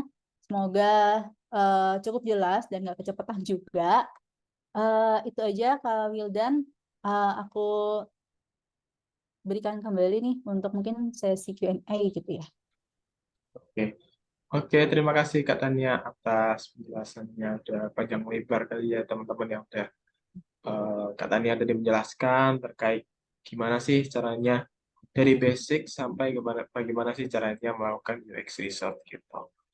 Nah, mungkin dari teman-teman ya, ada kalau misalnya ada pertanyaan atau Kak Tania ataupun terkait materi yang sudah dijelasin tadi itu boleh banget teman-teman bisa tanya melalui chat atau mau raise hand juga boleh. Tuh. Nah, dari teman-teman ada yang mau ditanyakan dulu mungkin? Oh ya, ini ada yang raise hand. Ada dua. Mungkin teman-teman yang raise hand dulu kali ya tadi yang lihat ya. Mungkin dari Kak Aisyah dulu. Oke, Ya, halo Kak. Terima kasih atas kesempatannya. Perkenalkan nama aku Aisyah. Aku pengen nanya nih, tadi kan Kak Tania sempat ini apa bahas tentang research plan. Tapi sebenarnya yang pengen aku tanyain ini lebih ke ininya apa cara kita milih target user yang bakalan kita ajak untuk research gitu ya. Let's say Hmm. uh, aku mau melakukan UT. Nah, dengan target partisipannya itu orang yang usianya 25 sampai 45 tahun, tapi mereka ini fokusnya lebih ke pelaku UMKM gitu kan. Nah, let's kita mau UT untuk aplikasi baru kita. Nah, dari keadaan yang seperti itu sebenarnya aku masih bingung apakah kita sebaiknya UT ke orang yang sesuai dengan ini ya, apa orang yang pelaku UMKM tapi tech savvy atau pelaku UMKM tapi yang mungkin mereka ini kurang tech savvy gitu. Karena aku bingung itu karena ini misalkan kita UT ke orang tech savvy karena kan emang produk kita kan aplikasi otomatis orang yang bakalan pakai itu orang yang udah biasa pakai aplikasi kan. Nah, tapi aku takutnya concern aku itu misalkan kita UT ke orang yang udah tech savvy, mereka tuh bakalan lancar-lancar aja gitu waktu UT. Tapi di luar itu di real life kan kemungkinan aplikasi kita itu juga bakalan digunakan sama orang yang kurang tech savvy gitu. Nah, ternyata misalkan ketika kita UT ke orang yang kurang tech savvy ini, ternyata mereka kesulitan sama aplikasi yang kita bikin gitu. Nah, di saat yang seperti itu, kita lebih wise untuk milih UT ke orang yang tech savvy atau gimana ya, Kak? Thank you, Oke, mungkin itu pertanyaannya. oke, thank you Aisyah. Aku langsung jawab ya Kak Wildan ya. boleh Kak. Ya, oke. Kalau dari penyampaiannya Aisyah tadi, yang aku tangkap, sebenarnya kita pengen banget aplikasi kita bisa dijangkau oleh siapapun, gitu kan, baik yang tech savvy ataupun yang tidak, gitu kan. Karena kita pengen menguji, kan usability itu kan udah menguji gitu ya. Aplikasi kita ini usable nggak sih, dan desirable nggak sih, atau mudah nggak sih dipakai oleh si orang-orang dari semua tipe gitu ya, baik yang tech savvy Iya, ataupun tidak savvy itu kan, itu pasti iya, goalsnya pengennya ke situ gitu, nggak mungkin kita mau iya, sengaja nyari yang tech savvy doang, kalau nggak berguna iya gitu kan. benar. Maka jawabanku, kamu perlu menginterview ke kedua orang tersebut ya, kedua kategori itu gitu, karena mau nggak mau kita walaupun akan mengalami kesulitan nantinya pas UT, berarti kan eh, yang kita nggak bisa menyalahin penggunanya, yang kita perlu evaluasi adalah kitanya gitu ya. Kalau dipakai sama yang non tech savvy, berarti ini masih sulit nih. Bagian mana ya yang harus diperbaiki, atau flow-nya, atau buttonnya kekecilan, atau tulisannya sulit dipahami, terlalu banyak jargon, katakanlah kayak gitu. Berarti kan kita akan dapat insight tuh dari yang non tech savvy. Biasanya akan kayak gitu. Dulu waktu aku interview anak-anak gitu ya, buat aplikasi anak kecil, ya tidak semua anak kecilnya ini konteksnya, kalau aku anak elementary ya, teman-teman anak SD. Tidak semua anak SD itu belajarnya pakai aplikasi. Biasanya kan yang udah mau SMA aja ya, SMP, SMA gitu kan. Jadi ya yang non tech savvy ataupun tech savvy di interview gitu. Justru jadi dapat banyak insight. Nah, mungkin kita tinggal pas nge-conduct duty-nya ini sih apa namanya, memilih goals-nya lagi nih, memilih mau berapa banyak nih komposisinya yang tech savvy sama yang non tech savvy gitu ya. Apakah mau dua-duanya seimbang, misalkan yang tech savvy cari 5 partisipan, yang non tech savvy 5 partisipan, terus nanti datanya di combine hasil analisisnya, terus di di apa diolah lagi gitu kan untuk diperbaiki selanjutnya. Kayak gitu sih kalau menurut aku ya, dan pengalamanku. Oke, Kak. Mungkin aku ada pertanyaan lanjutan. Kalau misalkan kita itu ya yang pertama kita harus nentuin dulu komposisinya mau yang tech savvy berapa, yang non tech savvy berapa. Nah, tapi misalkan di akhir ini ternyata kita lebih banyak dapat insight dari yang non tech savvy. Nah, itu apakah kita harus ngelakuin banyak perubahan di aplikasinya, ngikutin dari insight dari yang non tech savvy ini atau gimana? Oke, nah ketika kamu bekerja, ini kalau konteksnya bekerja sama klien mungkin atau sama perusahaan ya, Ya. decision dari hasil riset itu nggak hanya di desainer, pasti keputusannya di bisnis juga kan, Oh ya. ya kan? Jadi sebenarnya desainer itu perannya sudah cukup membantu ketika mendapatkan insight-insight dari non-tech savvy itu, nih aku kasih ke klien atau ke atasan datanya seperti ini bahwa ternyata kan perlu ada data juga tuh ya dari sekian nanti potensial user mungkin ya sampelnya seberapa banyak sih orang-orang yang UMKM yang non tech savvy ini yang akan pakai, ternyata lebih gede gitu ya, misalkan demografi lebih gede, berarti kan kalau dari kita merasa harusnya ya diturutin gitu dong Ya. kebutuhannya gitu kan, kebutuhannya bahwa si non tech savvy ini akan lebih banyak yang pakai, berarti harusnya dibikin gitu kan, di develop gitu Ya. insight-insightnya. Tapi balik lagi, kalau menurutku Aisyah, kalau kita kerja sama orang gitu ya, keputusan akhir itu adanya bukan di kita, tapi di tim bisnis. Yang penting kita sudah kasih insight, kita sudah kasih masukan gitu ya. Nanti mereka perlu putuskan gitu kan, mana yang mau dipakai gitu. Oh, oke. Thank you Kak, penjelasannya udah menjawab banget dari kebingungan aku. Terima Oke, kasih. ya kita nggak perlu merasa terlalu bersalah sih. Gitu. Oke, terima kasih Kak Aisyah atas pertanyaannya. Nah, mungkin bisa lanjut ke, ini ada yang resin lagi Kak, ada Kak Brian di Gerald, silakan Kak. Halo, selamat siang semuanya. Ya, Selamat siang Mas Wildan sama Kak Tania. Kak mau nanya aja secara dengan pengalaman Kak Tania, kan udah 5 tahun di UX. Kalau misalkan pertanyaan ada 3, pertanyaan singkat aja. Sebetulnya untuk waktu idealnya sendiri, research itu ada nggak sih kalau kita bekerja di suatu perusahaan? Kita udah bekerja di satu perusahaan yang mungkin punya timeline-nya mereka ya. Karena kalau misalkan kita menentukan pola kerja kan disuruh tentukan waktu kerja ya. Kira-kira timeline-nya sendiri itu ada nggak sih idealnya untuk riset itu dibutuhkan berapa lama? 1 minggu kah, 2 minggu, atau sebulan? Itu yang pertama, Kak. Kemudian yang kedua itu, kalau misalkan timeline-nya sendiri, kita pengaturan timeline, apakah riset itu harus dibikin secara terkhusus, tahapan misalkan seminggu ini riset, atau bisa dibikin secara paralel. Paralel itu misalkan di satu tim itu ada 2 orang, yang satu riset, yang satu mulai ngecicil lah ngebangun desainnya atau segala macamnya. Apakah timeline itu boleh dicampur? Apa memang timeline itu harus dibikin secara berurutan? Riset dulu selesai, baru kita lanjut ke desain, dan seterusnya. Yang ketiga, Kak, kalau misalkan terkait dengan kendala, kalau kita nggak mampu menjangkau user yang luas yang di luar sana terkait dengan budget, kemudian SDM-nya sendiri di perusahaan kita, apakah risetnya itu bisa dilakukan untuk internal perusahaan? Mungkin interview ke stakeholder, ataupun interview ke teman-teman kita yang satu kantor, yang di mana which is dia juga menggunakan aplikasi kita. Kira-kira itu penilaiannya bias nggak ya, atau itu bisa dilakukan juga? Itu aja sih Kak pertanyaan dari saya, mungkin boleh insight-nya. Oke, terima kasih Brian di Gerald. Tanya banyak, semoga aku nggak lupa. Yang pertama terkait timeline.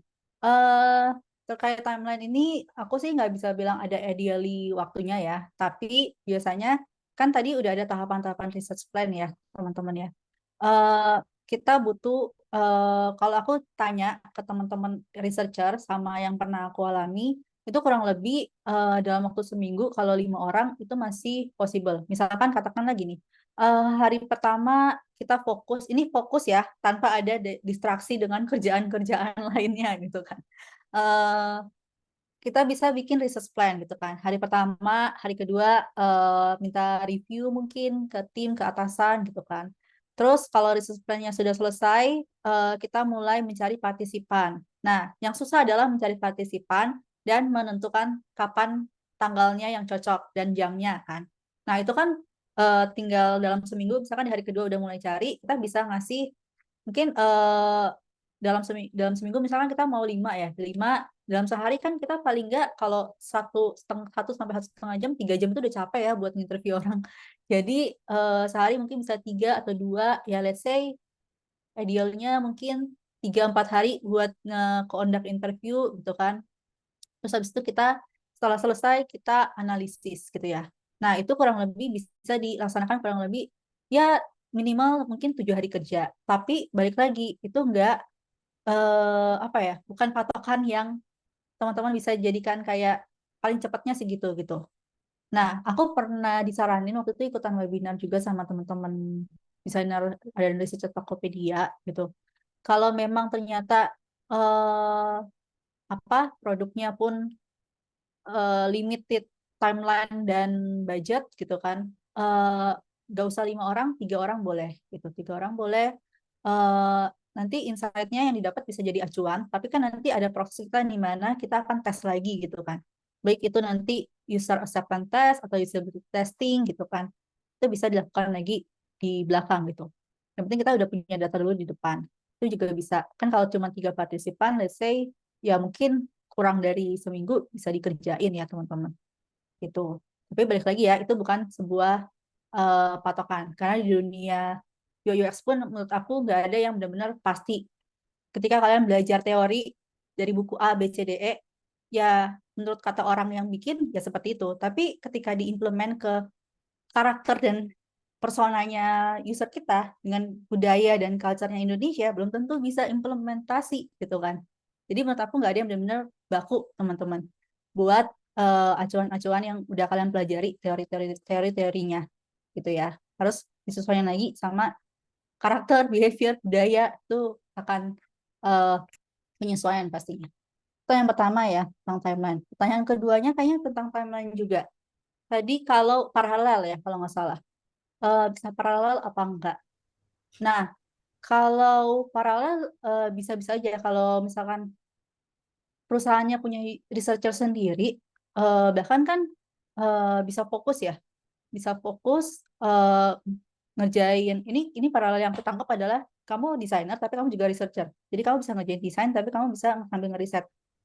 Itu bisa gitu. Tapi kalau kamu mau dari hasil risetnya 1 orang dulu atau 2 orang pertama terus dianalisis dikasih lihat ke tim, ya menurut aku kurang efektif ya. Jadi kayak harus kan tadi harus disintesis lagi kan semua dari semua partisipan. Jadi mendingan diselesain semua tahapan risetnya terus di combine gitu kan, dilihat polanya dari kelima partisipan akan seperti apa. Jadi itu nggak bisa paralel gitu. Terus pertanyaan ketiga, yang ketiga apa ya tadi ya?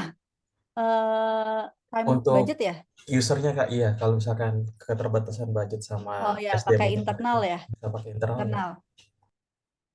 eh Actually itu terjadi di perusahaanku gitu. Jadi yang kita lakukan adalah user acceptance test. Usernya ini berarti dari internal bukan dari end user gitu. Dari kliennya juga gitu. Tapi ada banyak yang terlibat jadinya di dalam perusahaan, di dalam user acceptance itu. Nggak cuma dari kayak sisi produk, tapi dari sisi bisnis, dari sisi marketing, dari sisi apa ya, QA, terus dari sisi divisi yang akan terlibat gitu, itu mereka semuanya ikutan user acceptance test itu. Jadi insight-nya dapatnya lebih broad gitu ya, lebih luas. Masalah itu bias atau enggak, kita nggak akan tahu sampai itu produk launching ke user gitu kan. Apakah user yang akan end user yang akan pakai itu benar-benar bisa menerima gitu ya feature-featurenya yang udah di develop atau enggak. Tapi balik lagi di proses desain itu kan akan ada iterasi terus-menerus ya. Iterasi menerus-menerus ini yang akan kita lakukan adjustment gitu. Nanti mungkin setelah dia launching, kita tahu feedback-feedback dari user, baru kita iterasi lagi, kita adjust lagi gitu. Itu menjawab gak ya tadi Priyandi? Menjawab Kak, thank you jawaban. Oke, sip. Thank you. Oke.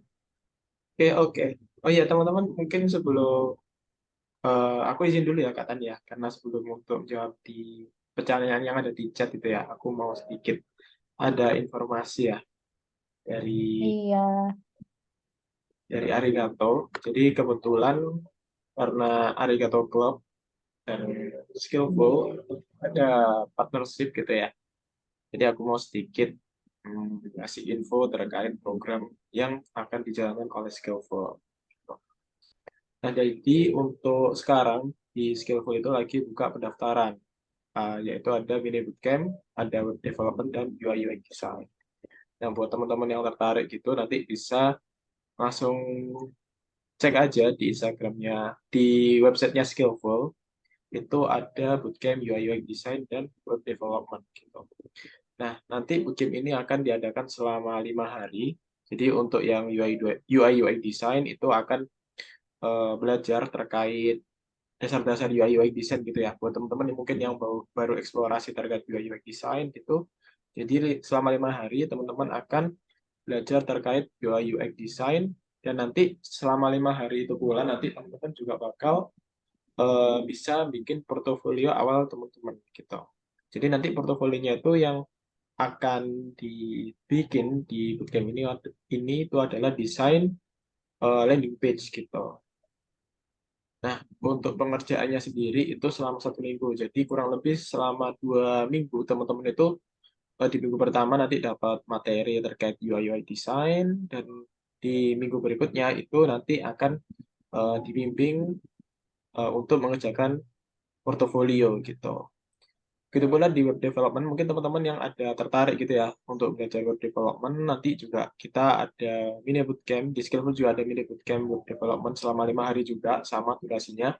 Itu nanti akan mempelajari tentang HTML, CSS, dan JavaScript gitu. Dan juga nanti ada portofolio, di mana nanti portofolionya itu juga akan membuat landing page juga gitu.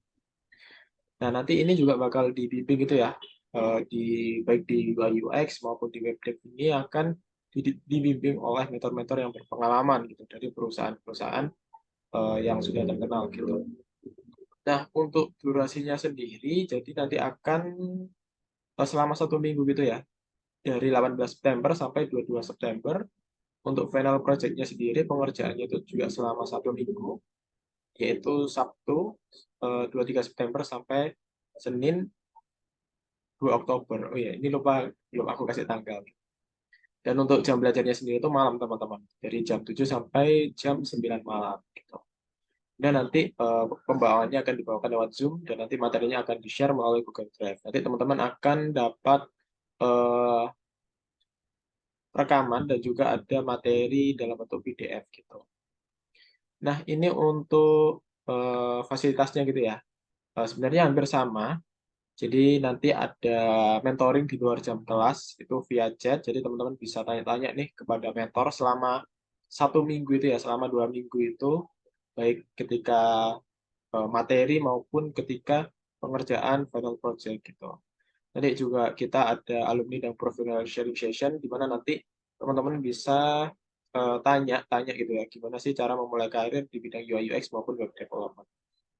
Kemudian nanti ada untuk 10 peserta terbaik gitu ya. Jadi nanti di final project nanti dipilih 10 peserta terbaik, dan itu nanti akan mendapat one-on-one mentoring. Jadi nanti teman-teman dapat sesi khusus selama 45 menit bersama mentor itu untuk membahas portofolio yang teman-teman udah bikin.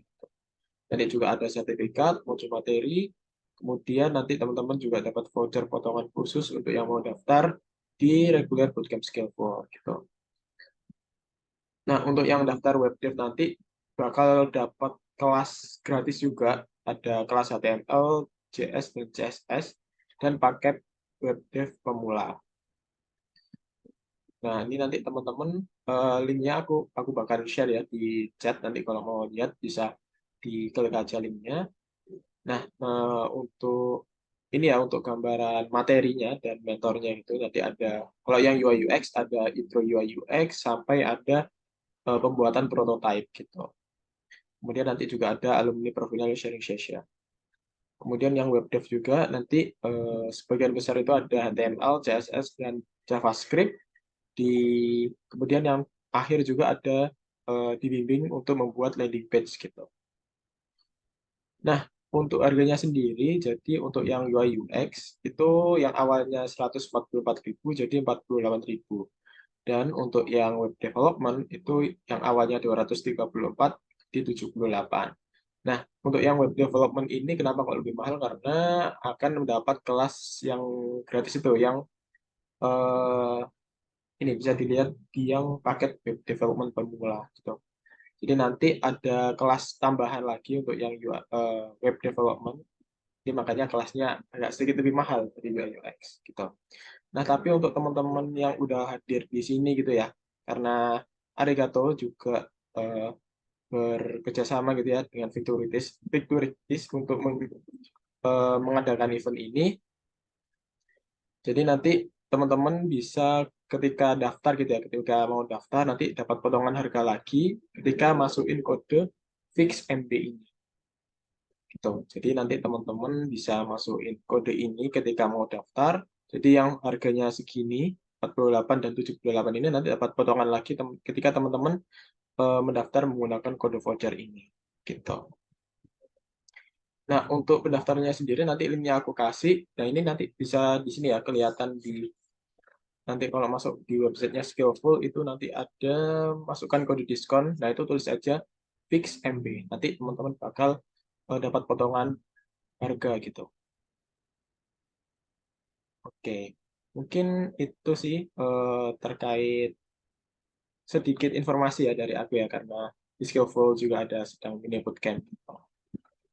Oke, nanti untuk linknya bakal aku share di chat. Nah,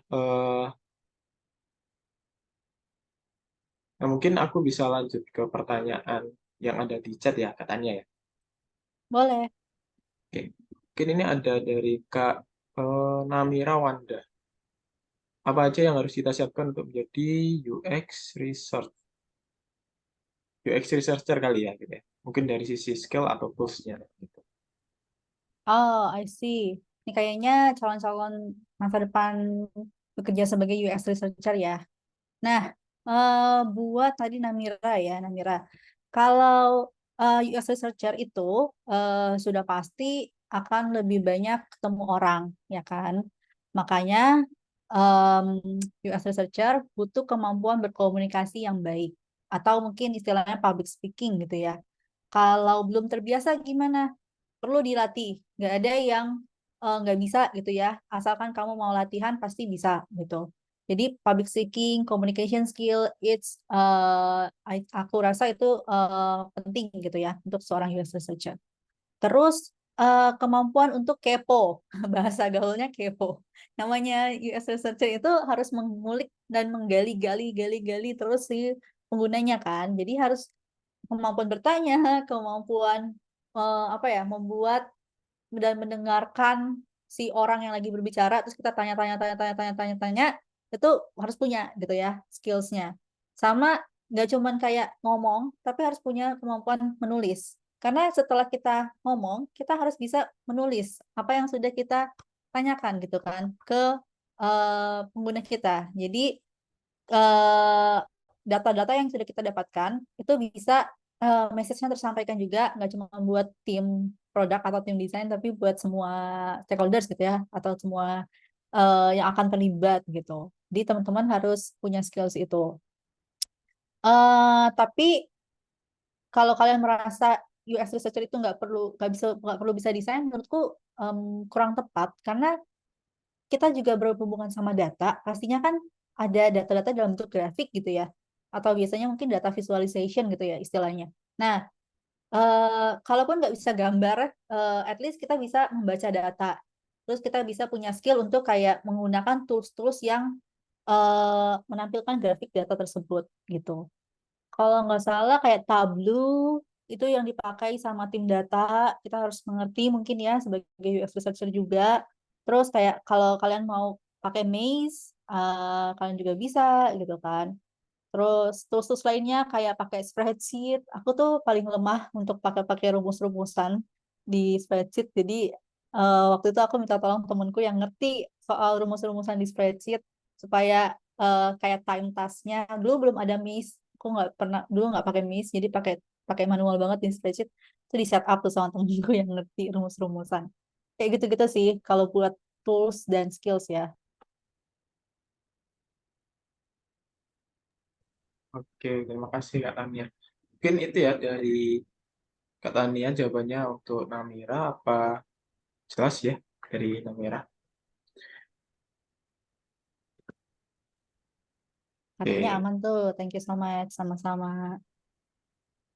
Oke, mungkin lanjut ke berikutnya. Ini ada Kak Rahmita. Apakah saat membuat research plan itu harus membuat KPI juga?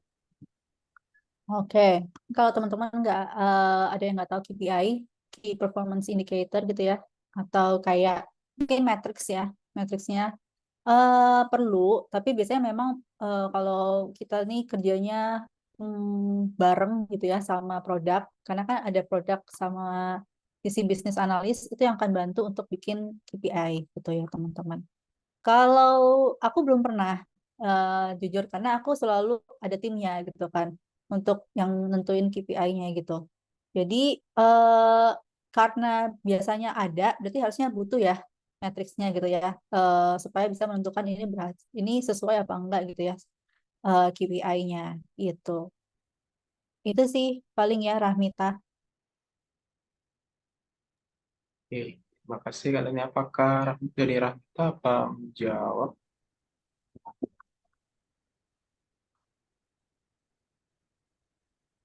Oke, mungkin langsung bisa lanjut dulu kali ya.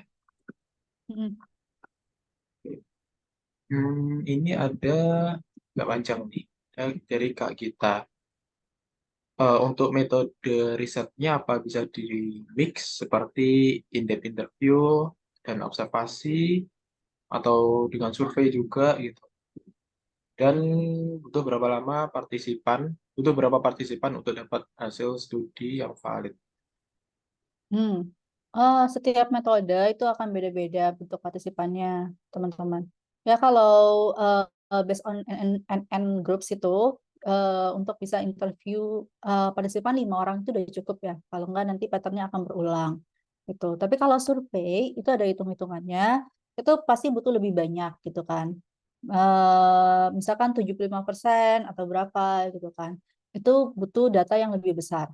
Aku pernah disinggung terkait survei yang datanya misalkan dari satu klub gitu ya, anggotanya 300-an orang.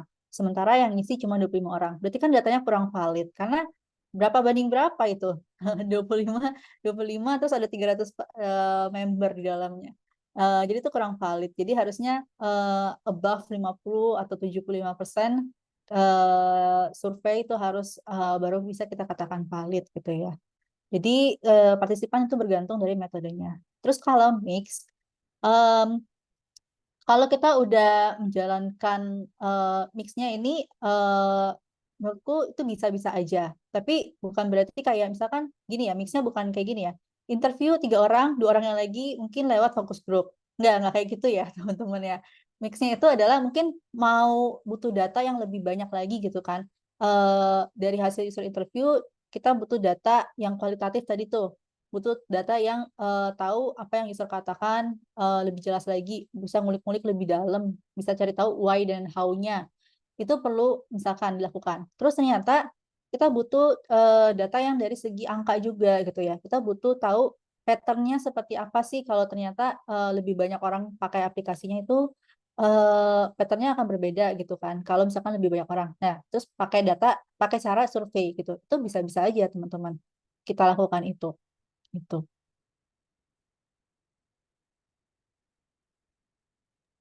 Oke. Itu ya Kak kita Oke. ya. Ya, semoga clear ya. Jelas. Oke, ini ada pertanyaan lagi dari Kak John. Bagaimana cara analisis jawaban yang berbeda di setiap partisipan? Pasti Hmm, berbeda ya jawabannya setiap iya, partisipan gitu ya. pasti beda setiap orang. Sama kayak kamu nanya ke orang gitu ya. Kalau dan tim bubur diaduk apa dimakan langsung? Di dimakan langsung Diaduk, kayaknya. dimakan langsung ya. Kalau aku tim diaduk, beda kan?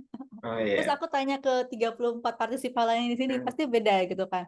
Nah, caranya adalah kita cari pattern yang serupa gitu. Tadi ada metodenya, salah satunya affinity diagram ya. Jadi kayak mengelompokkan informasi yang serupa gitu. Misalkan cara makannya Kak Wildan tadi diaduk sama aku yang nggak diaduk. Nanti nama-nama partisipan yang diaduk dijadiin satu, yang nggak diaduk jadi satu. Ternyata 7 dari 10 orang lebih suka yang diaduk. Berarti kan lebih banyak tuh. Terus nanti pertanyaan selanjutnya dilihat lagi patternnya gitu ya. Misalkan Kak Wildan nggak masalah belanja lewat bubur lewat GrabFood mahal, sementara yang lain beli di abang-abang aja gitu kan. Ternyata yang lebih memilih belanja di abang-abang tuh 9 dari 10 gitu. Daripada yang satu orang tadi rela bayar mahal di GrabFood. Jadi kayak dikelompokin gitu sih untuk bisa menganalisis jawaban yang beda-beda gitu kan. Terus buat yakin nih kita nggak salah menganalisis, tadi aku kasih di materi kita perlu minta feedback dan insight kan dari researcher yang berpengalaman. Mungkin kalau aku single fighter gimana? Sesingle fighternya kamu punya atasan kan ya teman-teman atau tim gitu kan. Nah coba tanya dari sudut pandang dia, analisa kamu nih sudah betul apa enggak gitu sih paling.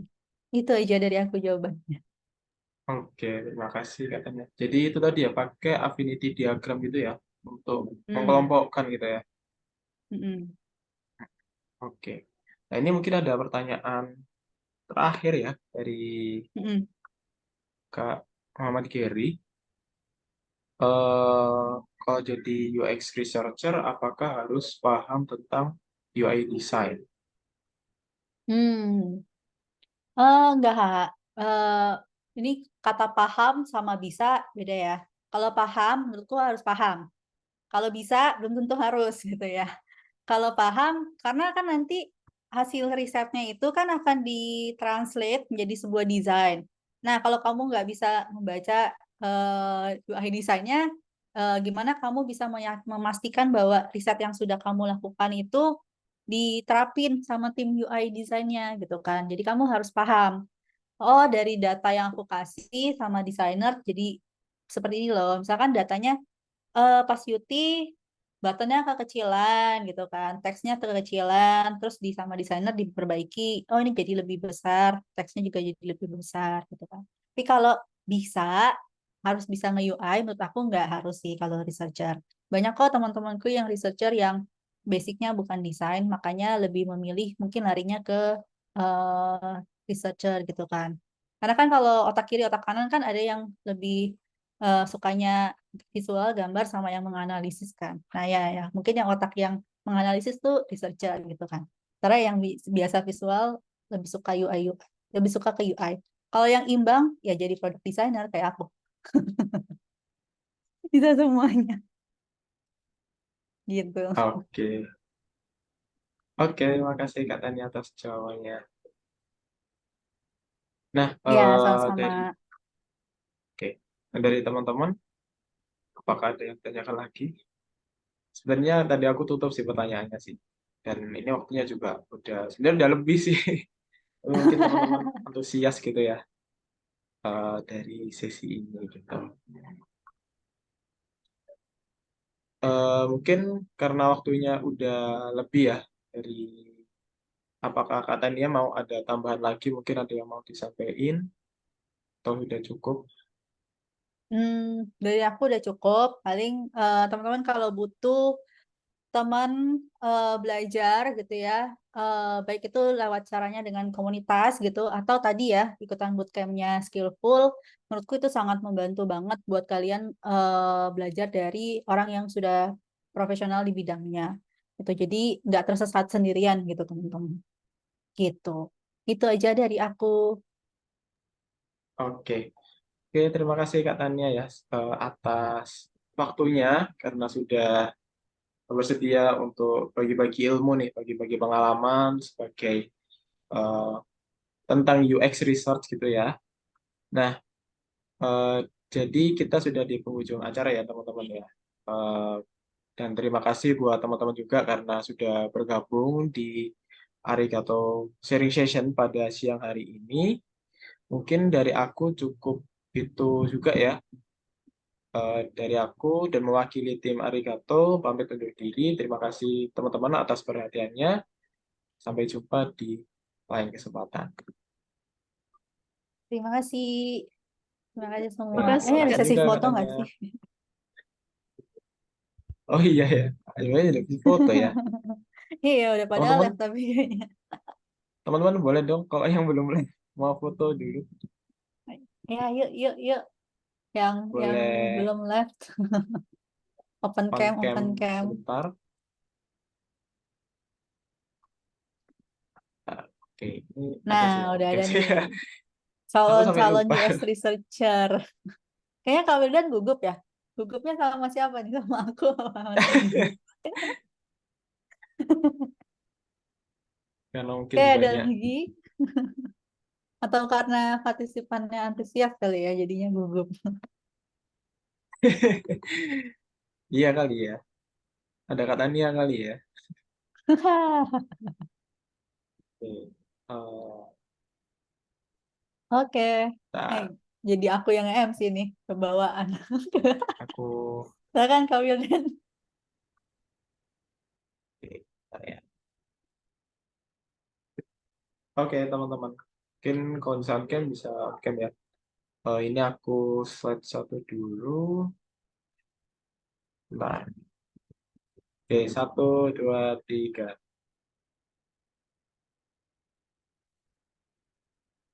Oke, kita lagi ya. 1, 2, 3. Oke, mungkin itu sih, teman-teman. Terima kasih atas waktunya lagi ya. Terima kasih, Kak Tania. Terima kasih semuanya.